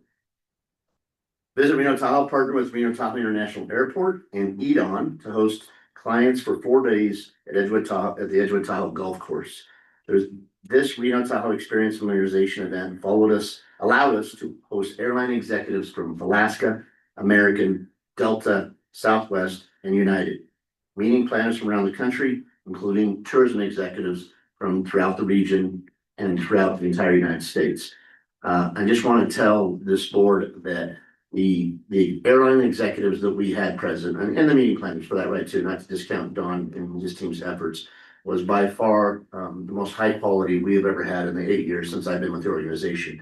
To have individuals and executives from those major legacy carriers that handle scheduling and routing for those airlines in one city at one time, collaborating with our meeting planners and tourism representatives was just an absolute home run. And the president and CEO from the airport, Darren Griffin, told me numerous times in his entire airline industry, he had never seen that many decision makers from those major airlines in one city at one time. So kudos to the team in the airport and EDON for supporting this event. And we truly feel it's been a home run. And our chalet was on number 17, which was not a bad place to be. I was telling Naomi today before we started the meeting, I think this event, and we're so fortunate to be involved and now have leverage in our positioning and our chalet pricing, is that it's kind of like a hybrid between the live tour, those of you that follow golf, which is kind of interactive in a party, and the waste management of number 17, where they have 100,000 people. So we like our version, though, a little bit more control. The best spots on the lake. I'm sorry? Sitting in the boat on the lake, number 17 is the best spot. Not a bad spot, yeah. We'll make sure we put it, make sure. Brandon. Are you volunteering to be our boat captain? All right, moving on. On July 15th, we hosted clients and VIP guests at the 56th Annual Governor's Dinner at the Governor's Mansion. This year's guest speaker was Hall of Fame football coach Chris Alt. Thank you to Councilman Bybee for joining us, and board members Carano, Esquaga, and Commissioner Hell for being in attendance as well. Great event. Later today, we're hosting our year-end employee appreciation party at the National Bowling Stadium. The event starts at 1 o'clock and runs until 5. We will have food, fun, bowling, and an opportunity to watch Shrek Forever for Top Gun Maverick in the newly reopened Stadium Theater. As of this morning, we had over 150 RSVPs for the event, and we hope the board is able to join us sometime today, this afternoon. We'll really take in the theater, take in the stadium club, and what a great job that Chad and Renee and their teams have done to get it up to speed. So great job, guys. The venue sales and events team announced our package pricing on July 15th for the Stadium Club, Kingpin, and Stadium Theater. Package prices are in your board packets for your review. The team is reaching out to local companies, stakeholders, schools, and local social clubs to tour the facilities and book their next events at the National Bowling Stadium. Back to the roller skating. We're currently hosting the United States Association of Roller Sports at the Reno Sparks Convention Center. This event will be at the RSC for 30 days and will produce between 10 and 12,000 room nights, which we will get those pickups in early August, and I'll share with the board in September. Events include speed skating, rink hockey, artistic skating, and roller derby. To date, 40 total athletes qualified at the national championships in Reno to compete at the World Championships in China and the World Figure Cup in Argentina. 6 athletes qualified for both events. These are amazing stats. There are 9 adults and 13 under the age of 18 on the World Figure Cup team. There are also 19 adults and 6 under the age of 18 on the World Championship team. Jumping into production. So first is looking at the June production and year-to-date versus prior year in the budget. Average daily rate for the month of June was $149.33, or 50 cents higher than the prior year. Average daily rate for June versus the budget for June was down $2.23, slight dip there. Year to date, actual average daily rate was $145.63, which is $1.87 lower than last year's actual average daily rate. And year to date, average daily rate was slightly lower at 32 cents when you compare it to the budget year to date. I know this is a lot of data, so I could definitely go back, or please stop me if you have any questions. Jumping into room tax, total room tax for June last year was down 2,571,829. And that is versus June actual, year to date. So it's basically for the entire year. When you look at room tax for June versus budget, we were down 1,963,340. To end on a positive note, the data for room tax versus last year compared, I'm sorry. This is now looks at year-to-date data for room tax versus last year. Total year-to-date room tax versus last year is down 6,256,624. Now to end on some positive notes. Total room tax year-to-date versus budget, we finished the year up $10,740,044,016. I know I flew through that, so I apologize, but I'm happy to go back through any of the performance slides, which I know that especially our stakeholders are very interested in, but that is a snapshot of how we finished for the year. Happy to take any questions. Mr. Squadron, no question. Love it. All right, thank you very much. Anybody on Zoom? Oh, yeah, sorry. Eric, do you have that screen or no?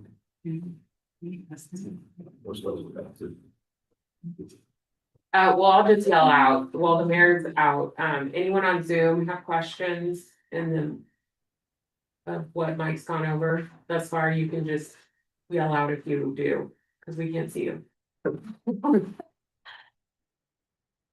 I'm not seeing any hands raised. No text messages. That's good. Okay. We'll have a vice chair. Okay. And is that So we don't have a vice chair. Keep proceeding. Register squad. yeah, go ahead. Well, he's treasurer. I know. He's next in line. He's next in line to run this meeting. Do I get organ music to come? You get the money. You really elevated the role of treasurer. We appreciate it. Actually, it is international, so ironically, are we moving on to vice chair? Yeah. So We could skip that while the mayor is out. I'm prepared to do item 3.2 or excuse me, E2. If that's okay. I'm good with it. I didn't have a, yeah, so we'll go right to E2, presentation review of and possible approval of the fiscal year 26-28 3-year strategic plan. Great. And is that with?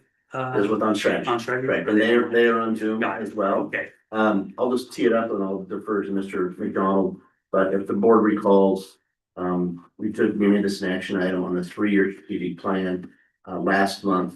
And the board requested that on strategy come back and present the 3-year plan to the board, obviously open for Q&A, any modifications, recommended suggestions, we can address those at this time. And then we also go over the 1-year plan, which we're requesting to take action on tonight for approval as possible. Mr. McDonald, any additional comments? Yeah, no, Cameron with On Strategy is here to go through the strategic plan and the annual plan simultaneously, since the strategic plan was already previously approved. We'll just kind of go through both in detail for the board, and feel free to stop her at any point and ask questions. Thank you. Excellent. Thank you all for being here. Thank you for this, your attention and giving us the airspace and the time to present this strategic plan and annual plan. A few housekeeping items just to mention. You all do have the packets for both the strategic plan overall, as well as the FY26 annual plan in your board packets. I would ask that you do follow along. There's a bit more information there, just given that we're a little bit constrained on amount of content that we can fit onto slides. So for today's presentation, we're giving a quick overview, but we do want to start first with our planning process timeline. So you all have seen this slide a few times. We are over here in July. We have just completed the annual plan. That's what we're presenting here today. We are looking for approval on that. But just to take us back to the beginning, this model has supported this process throughout all of our information gathering stages. So just to recap quickly, we started in February with gathering stakeholder perspective, the input on the strategic planning direction or on our strategic direction from stakeholders at that Q1 stakeholder meeting. We had over 40 stakeholders engaged at that Q1 input session. Where we went from there was gathering input via individual interviews with all board members, if you recall, back in March. as well as interviews with the senior staff group. Where all of that information went next was into a senior team offsite where they were tasked with building the draft strategic direction. So that was our long range 3-year strategic direction that was approved, that was presented in draft form at the board check-in. There was a little bit of feedback from this board. So we took another rev on it, and it was presented for approval at the June meeting. So just a quick recap where we started and where we are today, just about here at the finish line, keeping in mind all of the stakeholder input, the input from the board, and the input from the staff of this organization throughout the way. I do want to take a minute just to discuss the strategic plan structure because we're going to be talking about a few different levels today. I want to ensure that we're all on the same page with what each of these levels are in our strategic plan, what they mean, and where they point us. So of course, we are always aligning to the vision of the organization. That is technically the responsibility of the board to manage that we are in adherence to that strategic direction. The top level of the plan, the 4 goals that we're going to be going through today and that you all have seen and approved, those are the strategic goals supported by 3-year roadmaps. So those are the big rocks, the focus areas. Those are quite broad in nature. Year over year, we will be identifying strategic initiatives that are in support of those strategic goals. So you can think of those goals as kind of mini visions, breaking down that larger vision statement into some thematic areas. Our strategic initiatives are the outcomes that we would like to achieve in relation to each of those strategic goals. And then where we start getting into the actual annual plan is right there at that 3rd level. So technically our tactics and our quarterly milestones are the annual plan. So tactics, more tangible departmental projects, they're year in nature, and then our quarterly milestones are really the how we will achieve those tactics. We do have another piece of the plan that is the very last slide of this presentation, which is the performance scorecard. So we'll be looking at that as well, but that's our measurement for the entire plan and for the organization, kind of managing the business as usual day-to-day work that is also happening in conjunction with the strategic work, just to ensure that we're not missing any of the operational piece as we are focused on the strategic portion in this plan.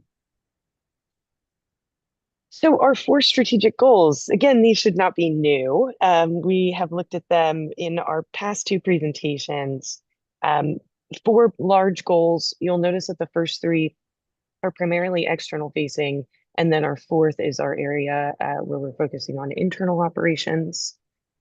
The ask that we had and the ask that we heard from stakeholders and the board at the beginning of this process is that this plan be larger than just the work of the RSCVA, but really be focused on driving community effort in making strides towards our tourism goals.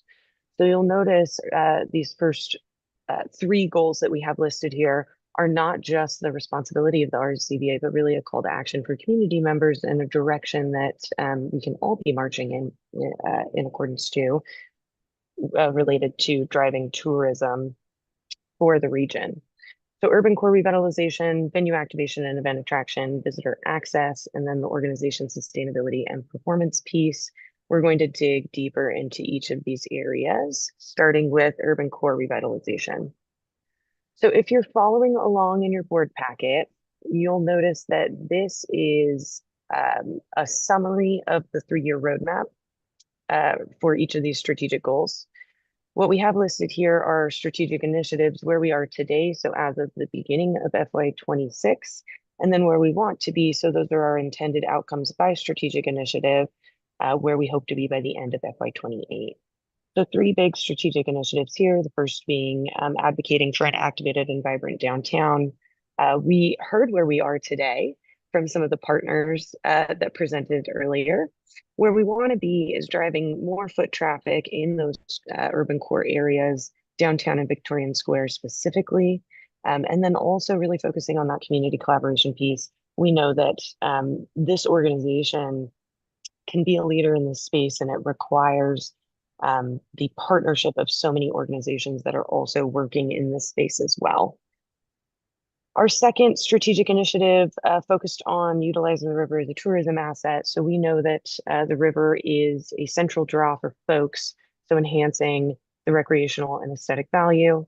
And then that final strategic initiative, making it easier for visitors to experience Reno Tahoe. So that is around having the appropriate mix of outdoor activities, gaming, culture, etc., to ensure diverse guest experiences, making sure that folks are fitting multiple pieces into each of their visits, and making sure that visitors are perceiving this location as a good value for their vacations. And then specifically, how are we going to reach each of these 3-year outcomes? For our FY26 tactics, you'll see in our first strategic initiative around the activated vibrant downtown. So of course, driving events, and also to the piece of engaging with associations doing the work in downtown. So being a good partner there, encouraging projects and actions by these groups that will help us drive visitation. Fully utilizing the river as a tourism asset. So on the infrastructure piece, of course, and then also the promotion piece, which is directly within the control of this organization. So promoting that more events around the river, getting people down there and making it an activated space. And then finally, for making it easier for visitors to experience Reno Tahoe. So using the spaces that are available, activating those with events, ensuring that people can access those spaces, looking at some creative solutions for taking down some of the visitor concerns or the challenges that they face, excuse me, such as parking solutions. So those are some of the tactics that'll be taking place for FY26. And then, of course, as we saw in the plan structure slide, there are quarterly milestones that are both quantitative and project-based that are helping guide us on a quarterly basis to ensure that these FY26 tactics are successful. Madam Chair, can I ask a question real quick? Ms. Cameron, just one question on one of her points she just made. How much longer do you have on this? On the entire presentation, I can make it happen in 10 minutes, and I'm happy to take a question now. Okay, the only reason I don't like to do that is that it interrupts and it takes a lot longer to get through the presentation. So if you could just wait until the end, and then you'll be the first person I call on. Okay. So write it down so you don't forget, because we all forget. Because you're right, I won't forget. Yeah, but I do like to hear the whole presentation first, because then it diverts our attention. So if you could just continue to resume, that would be great. You got it. All right, on our second strategic goal, venue activation and event attraction, I'm going to move through this goal fairly quickly, just because you'll notice that we have strategic initiatives for each of the venues managed by this organization, and then 2 special ones on our next slide. But primarily, our outcomes that we're seeking for these strategic initiatives related to properties managed by the RSCVA are around driving events. There's specific targeting in each of the facilities just based on the capacity and what those facilities are intended for. But there are event goals and there are also capital improvement goals. So our area here related to venue activation and event attraction, each of our strategic initiatives, one for the RSLEC, for the REC, the RSCC, and then our 2 that are a little bit outside of this model are related to the National Bowling Stadium and then regional events. So related to the National Bowling Stadium, we know and we have heard that there's the opportunity to activate that in some creative ways. We just heard about the promotional materials that have been produced for the National Bowling Stadium. And so the focus there being around activating those spaces, selling more multi-day events, etc., to really utilize that space. And then finally, for the attracting regional events, so focused on bringing in a large-scale music festival and creating a citywide festival, offering the key areas that we heard from our stakeholders, which were around arts and culture, food and beverage, lifestyle, and music. So hitting on those topics that the stakeholders really see as driving high value for visitation and for visitors.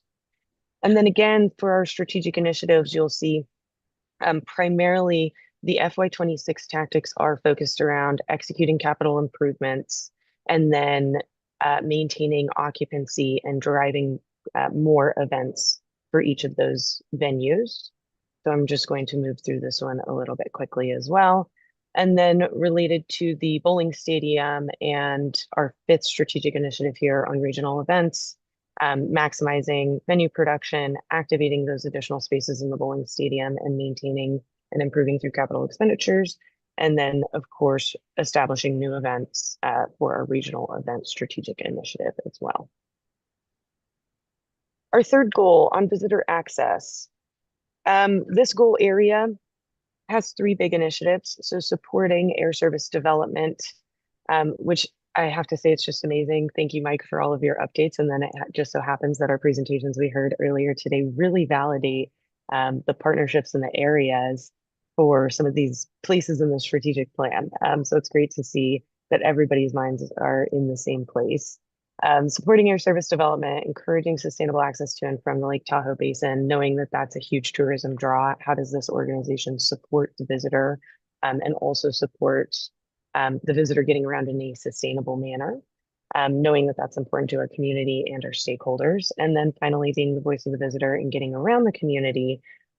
What we mean in that area is that the RSCVA has the opportunity to act as the voice of the visitor for the organizations that are making decisions around walkability and infrastructure improvements.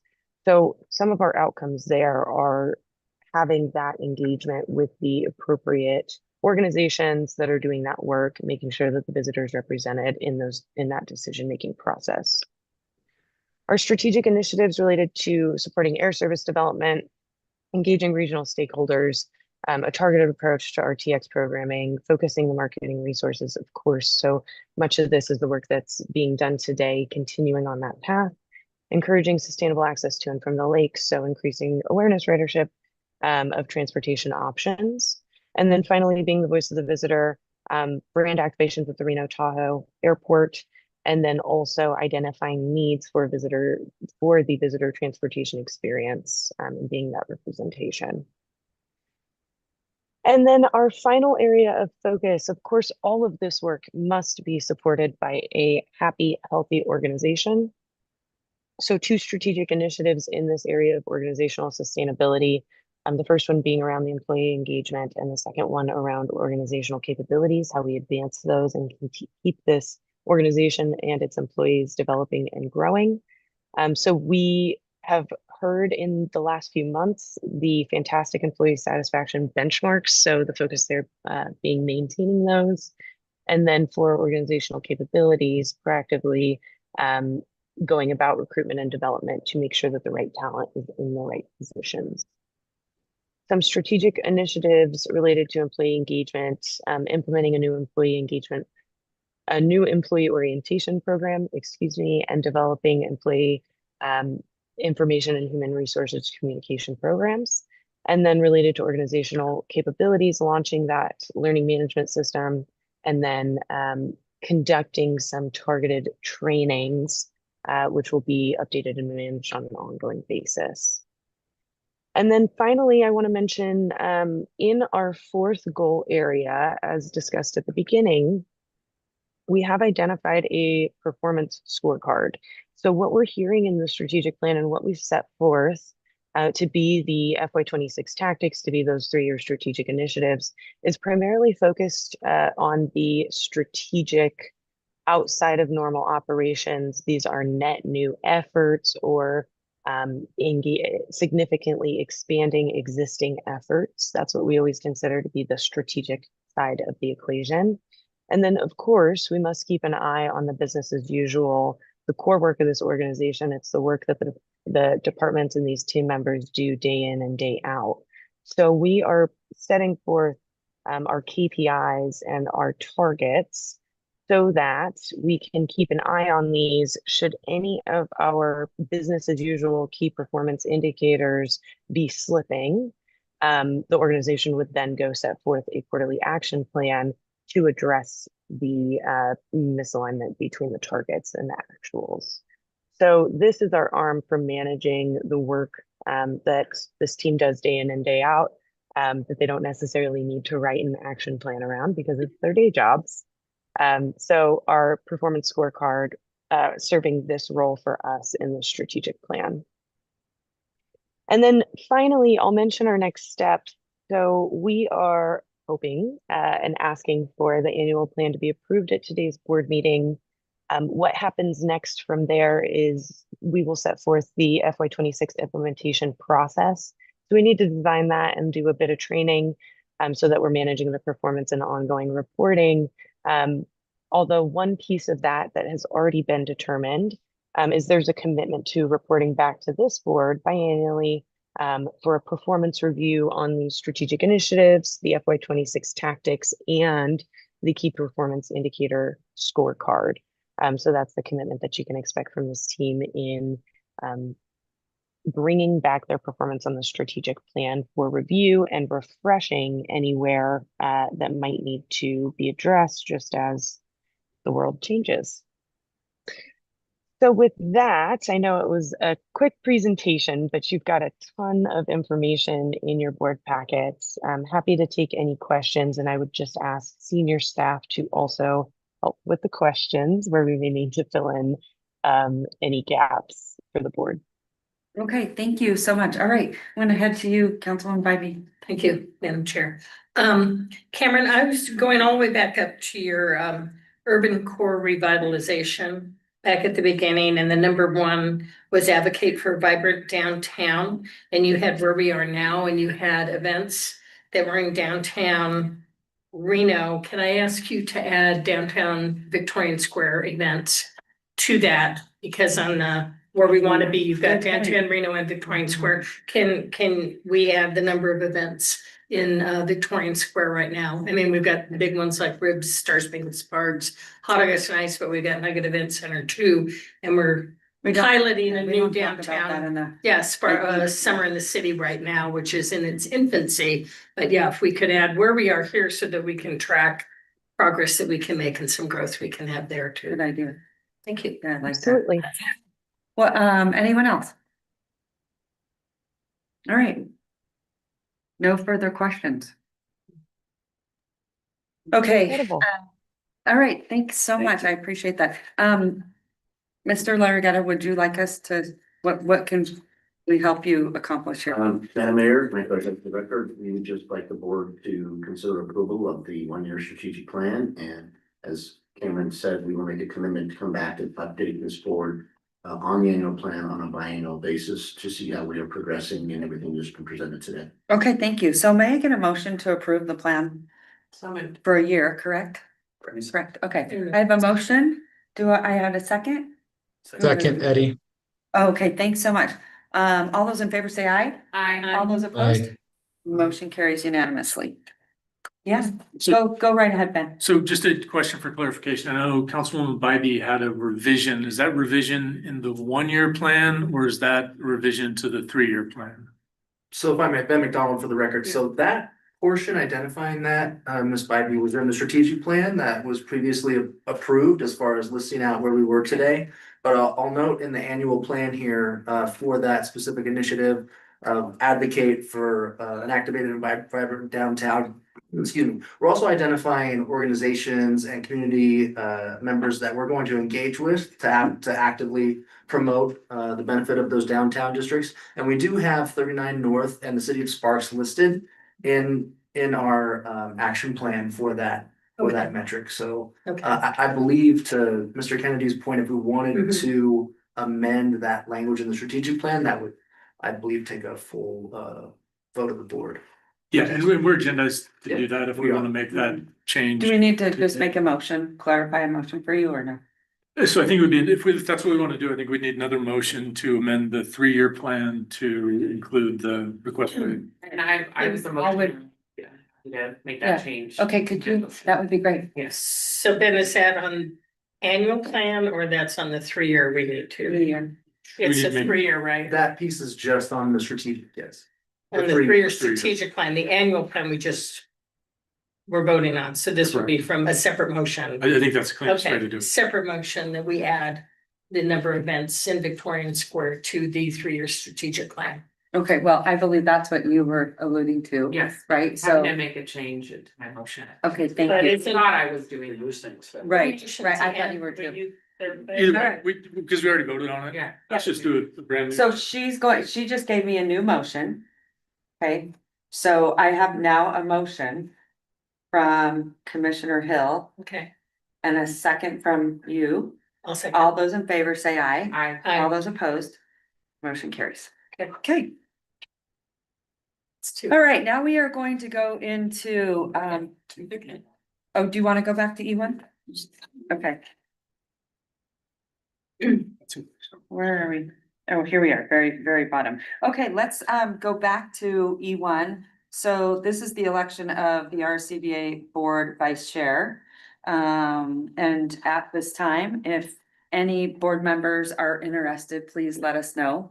And if not, then I'm gonna ask Ms. Hill if you would make recommendations. well, I know that Ms. Young literally just started on the board and she is remote today, Yeah. but she is incredibly reliable and has a perfect attendance record, which I did check on the airport board. And so I think we really need someone to commit to being here for all the meetings. And I asked her if she would be willing to commit to that, and she said I that know. yes, she could commit to that, and I don't know if Ms. Young Great. could say that today to the board, but that I would recommend Ms. Young as the vice chair. Okay, that sounds great. And I do want to point out, everyone that's on Zoom typically has kids and this is summer break time. So I think that's why you guys are all spending time with kids. So we get it. Okay, so I have a motion for Ms. Young.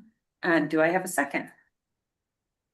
Unless one of you guys would like to be the chair. No? Okay, give me a second. Not me. All right, and I need a second. I'll second. Okay, thank you. I have a motion is, all those in favor say aye. All those opposed, motion carries. Okay, then we're gonna now skip to item E3, is that correct? Yes. And who would like to take the floor? Would this be you, Mike? I believe it's gonna be Mr. Kennedy, you want to, and along with Mr. Alvisser, I would think, correct? Sure, and so Mr. Wadhams reached out yesterday, had a conflict and wasn't able to be here today. This agenda item is a result of, at the last meeting, there was discussion about the RSCVA supporting inclusion of SB 420 in the event there's a special session. That came from the board. It went to the Executive and Legislative Committee earlier this week. Mr. Chapman from Travel North Tahoe, who's played a large part in advocating for that bill and sort of organizing the support, came and spoke to the Executive and Legislative Committee. And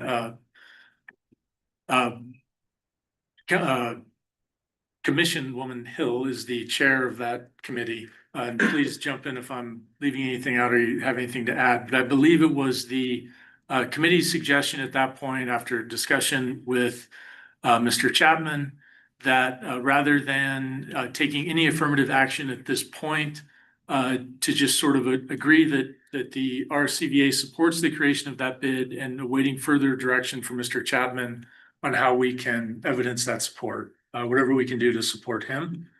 So I don't think there's a request anymore to issue the letter for a special session. And then the second part was the TART Connect program in general.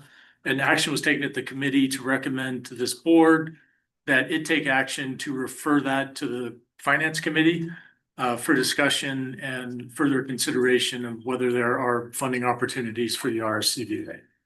Is that a fair? Yes, and just to add, I think we thought there would be a special session earlier this year, then it looks like the Medicaid cuts aren't coming till 2028, or at least some of the consequences are 2027. So apparently the special session isn't, according to Jesse, coming as soon as we thought, and it would, if they're going to come, it's going to be really specific. And are we going to use our political capital for something that won't even get on the agenda? So that's why we're pausing here and seeing how we can support Mr. Chapman and future efforts. So that is the.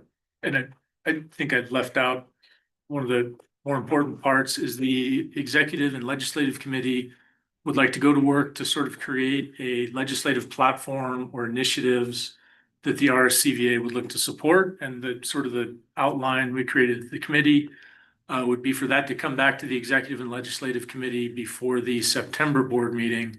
And then that legislative platform presented to the board in September to give our lobbyists sort of direction in the interim, should issues come up or there be committee hearings going forward, to have some understanding of the initiatives that we'd like him to engage in and possibly support. So if I can put a bow on it, I think the ask is a motion to direct the executive and legislative committee to move forward and create that legislative platform. And then I think you could do a separate motion referring the TART finance component to the finance committee for further consideration to bring a proposal back to the board. Okay, I think that's good. Does everyone agree? Yes, does it have to be two motions? I want I to, think you just, I'm looking at Mr. Alvisser. Sound good? Madam Chair, that is what we had a great conversation in subcommittee, and I think this is the appropriate next steps for our association and our authority to move forward in helping Jesse prepare. Okay, great. Thank you so much. So would you like that motion? sure. So I think I'll just restate it. We'll do it all together. You say the motion and I'll just approve it. I think it would be a motion for the executive and legislative committee to commence the steps to create a legislative platform for the RSCVA and to refer consideration of future TART funding to the finance committee to come back to the board at a future meeting. Okay, what he said. Second that, All right, so may I get or motion. I just made the Okay. motion.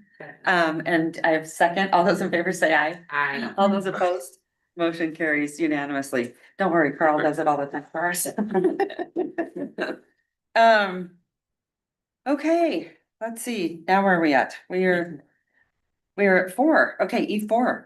Review and possible approval of survey questions to be utilized in connection with the Reno Sparks Convention and Visitors Authority Annual President and CEO Review. Am I sending it to you, Mike? He's like, this is awkward. What do you think?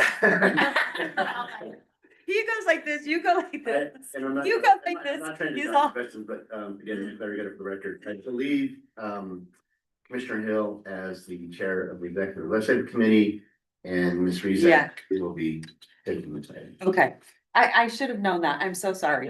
I forgot that it comes before you guys, which is really helpful for this board to then assess. So I'm gonna hand you the floor. Well, and I don't know if Mike wants to give more information about the final outcomes, because did we as a board, I'm like forgetting, because I reviewed this both as a committee, and then I reviewed this on our one-on-ones, and then I don't know, as a board, did you do a sneak peek to the board on your where we were with our goals?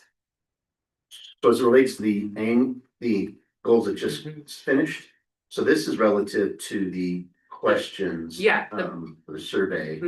Oh, I'm sorry for one ahead, so you did. Yeah. Sorry. Sorry. Yeah, this is just the questions. Yeah, Oh. but I'll be ready for E5. Okay, well, I asked our new amazing HR director to look at these questions, because this board had gone extensively through these before, but I just wanted to make sure that they meet best practices. She went in, did a lot of great cleanup, and that is what is before you today. Great. We're gonna be sending out this survey in August or after this board meeting. After this board meeting, as long as y'all approve it, or if you have changes, of course, and then we will review it in September.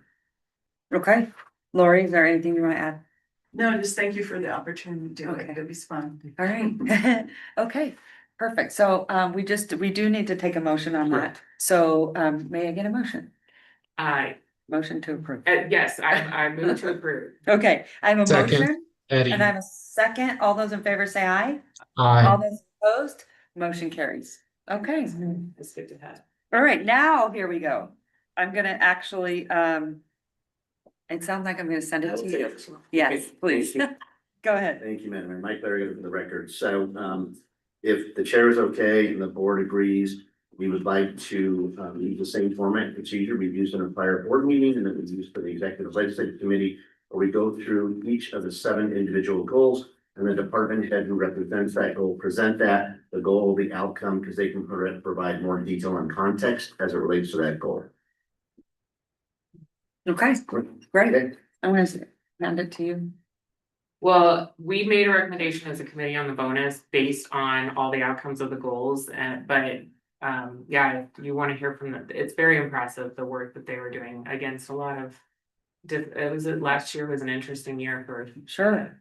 Right. Now, and that is what the committee, isn't that finance and audit?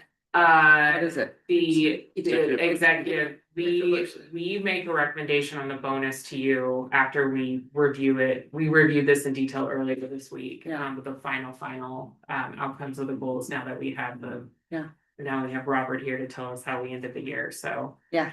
Good. Yeah, so if you want, I can tell you our recommendation on the bonus, or you could go through with the staff and hear what they did. Whatever you prefer. That is up to you. I usually like to hear the recommendation of the board, and then I ask for a motion to approve that. We'll have discussion on it if anyone wants to weigh in. Right. Stephen, are you on that? I thought you were. Yeah. Yeah, okay. Well, and if I'm clear, Okay. right, the recommendation was to award the bonus, the 31.5 amount for the pieces that were, right, the goals that were achieved and the majority were.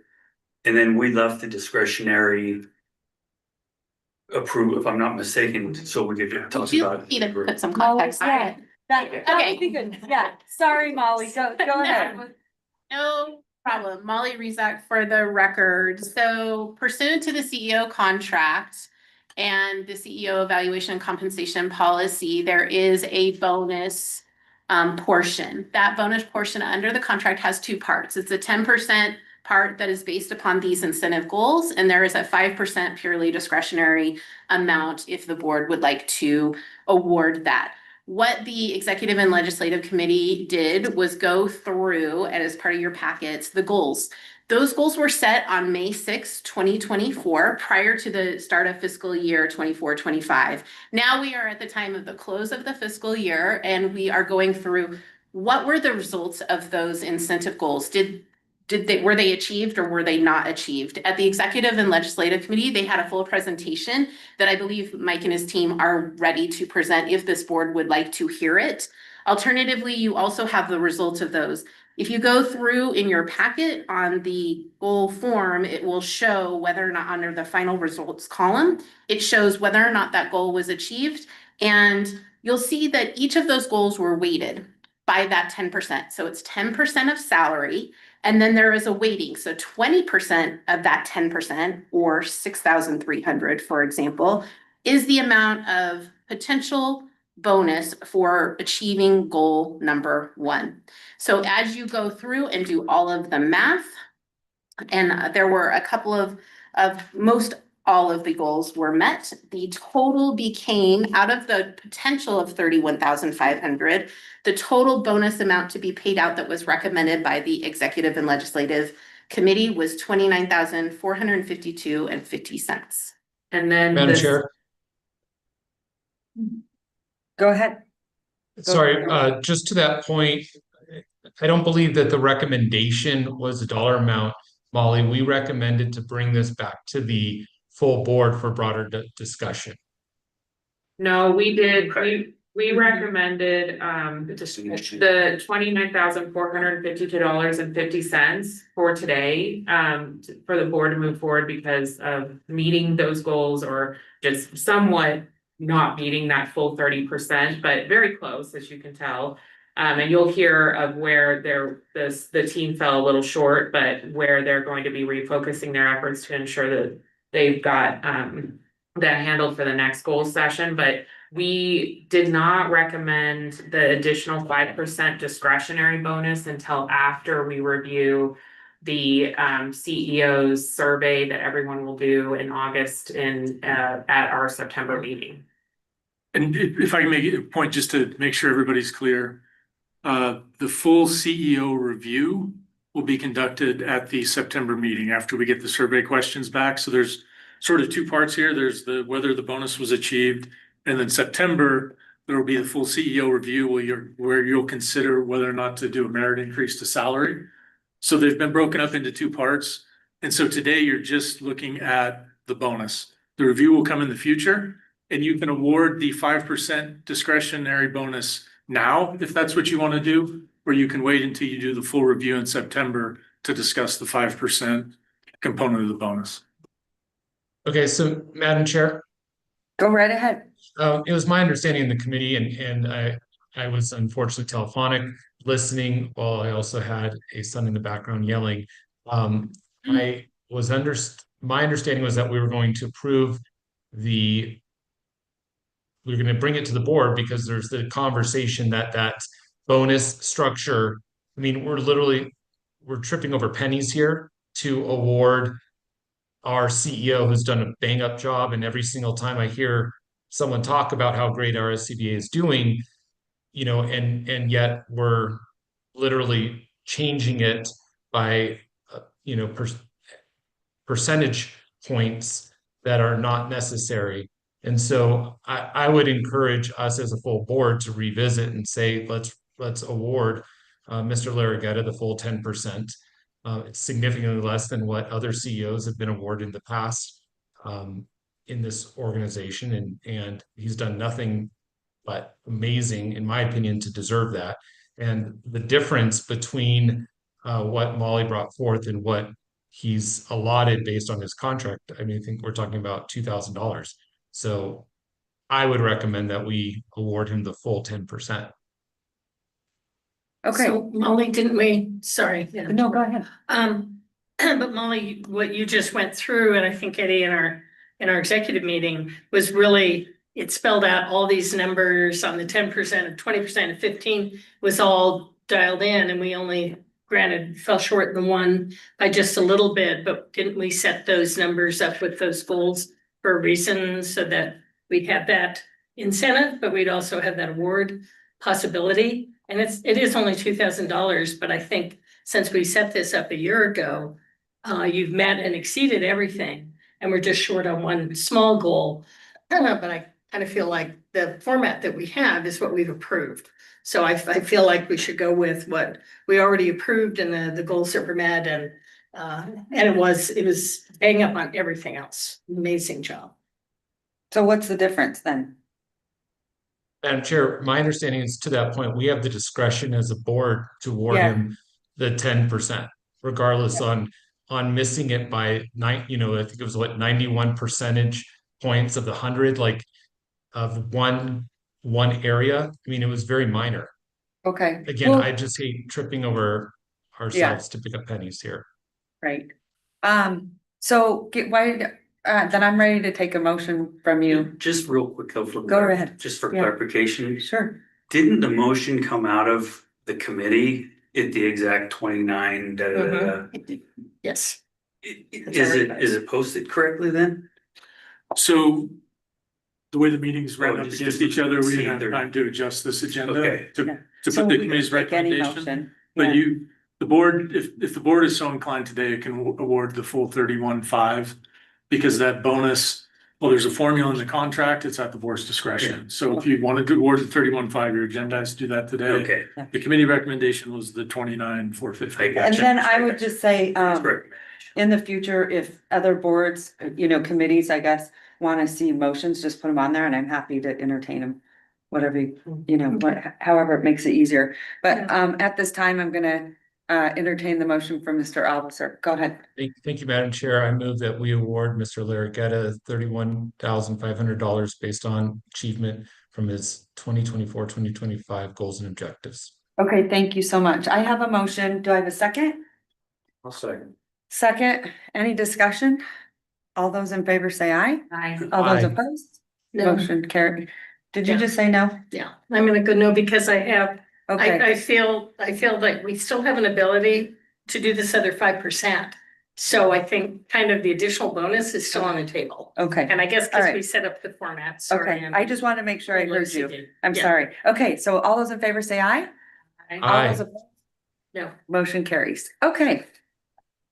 All right, Ben, help me. What do you need next? Okay. Member announcements. All right, so we're gonna move into board member announcements. Any board members have any information they want to share, or events or good things or bad things? Is there anything we can, you want to share? Madam Chair? Right ahead, Courtney. Well, thank you. I also want to apologize for not being there, but you are absolutely correct that it's our last family vacation before school starts, and so the timing just sort of didn't work out, but I appreciate the ability to appear virtually. If I may, I would like to, thank you for the nod as vice chair. I certainly look forward to serving in that role, and I'm excited to work with all of you and the great work that this board is doing. If it's my understanding that generally, because I am the RTAA representative on this board, though I know Mr. Abelser is also on the RTAA board, so there's two of us now, but in a little bit of a different role, I would be happy to share some brief updates for what's going on at the airport if that would be permissible. Yeah, I love that. Okay, great. So first, I would like to say that we are super excited to welcome Mr. Abelser. He was a City of Reno appointee to the RTAA board. Mike Kerrigan was appointed by the City of Sparks. Pascal Dupuis was appointed by this board, which is great, and Brian Colpin also from the City of Reno. And so we're very excited to have them on our board and to continue to do the work that we're doing. And I'm personally very excited to work with all of them. So very grateful for that. As another note, I'm the treasurer of the RTAA board, and so I'm particularly excited to share that our Chief of Finance and Administration, Randy Carlton, was named the 2025 Small Airport Finance Professional of the Year by the Airports Council International. It's a very prestigious honor, so I think that that's important in light of the funding and financing that's going into all of these major projects that we have going on. So most people are familiar with the More R&O project. We currently are working to get that done. We have the South Apron expansion. It is going to support the new Concourse A that's currently under construction. As I was flying out yesterday, I saw the dirt being moved, and it's super exciting to be able to see those projects underway. That will be complete in November. The CUP construction, which is our central utility plant, that is going to power both of the new concourses, that breaks ground August 4th with a completion estimated in 2027. And the new Gen A and B, which is what we are calling the new concourse projects, those are at 75% design, and the board in its June meeting approved a contract for McCarthy Construction as the builder. That was also the builder that did the ticketing hallway expansion, and I personally heard many wonderful things about the care that they took while they were doing the construction, which is important as we have travelers continuing to move in and out through there. So the GTC enabling projects, those are our ground transportation center. Those are 99% complete, and demolition on the GTC project site has begun. Actual construction will begin in October. For a new Gen A and B, I think it's important to know that there's been a pre-approval of a $650 million project budget. Those are backed by federal support and the airlines. The funding estimates are 27% roughly would be grants and 73% in bonds. I was part of the committee that went out to get our credit rating and do our first tranche of bonds. So that was an exciting piece given where the airport had been historically on that. The airline commitment, I think, is really the sort of shining piece of this. We have 6 airlines that are investing almost $472 million in Reno's future and R&O's future. The signatory line contributions are tied to their local market share, and they demonstrate a strong support for the project. And so really that investment and support that they're making in Reno shouldn't be overlooked. I also want to thank you, Mayor Shivi, and Commission Chair Hill for speaking at the airport's community outreach event in late May, and to the RSCVA staff, including Mike, John, Christina, and Ben, and Art for attending the event. And additionally, thank you to John for inviting the airport team to speak at one of your upcoming sales meetings. make sure that your representatives can accurately reflect the project and the airport's commitment to our continuing operations throughout the construction. I think it's important to know that we won't lose any flights while we're working on the new Gen A and B projects, and instead we're looking to increase flight and air service. So I know that was a lot, but I wanted to make sure that we touched on all of those points. And again, I just thank you for the time and the opportunity to give that brief update. Okay, fantastic. I love that. It's really great to hear. And then just piggybacking on that, we recently, what do you guys call those where there's a name for them, aren't there? Where we went to the, Well, the Reno Solid RTX, Reno Solid Experience, uh-huh, we're both airline executives in. yeah, Yes. that's what the RTX. I joked because when I got there, they're like, oh, you're gonna welcome, and then we're gonna give a presentation. And I said, oh, these poor people, they're thinking they're gonna be signing up for timeshare. Let's get them roped into the timeshare here. So we joked about it, but they all laughed. They thought it was funny. I said, and next you're gonna hear a timeshare presentation, so lock the door. But Thank you for letting us put you on the spot Yeah. speaking. It was great. yeah, we had a great time. And how many airlines were there? 6. 6 airlines were there. It was great to see old friends, new friends. It was a packed house.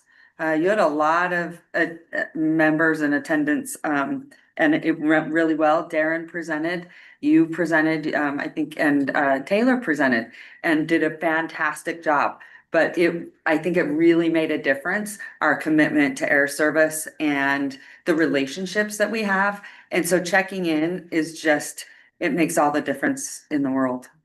Thank you. Yeah, so you did a great job. Did a good job. And then in the future, what I would just recommend, and Ms. Young too, on your board, and Mr. Albaser, that you invite the board.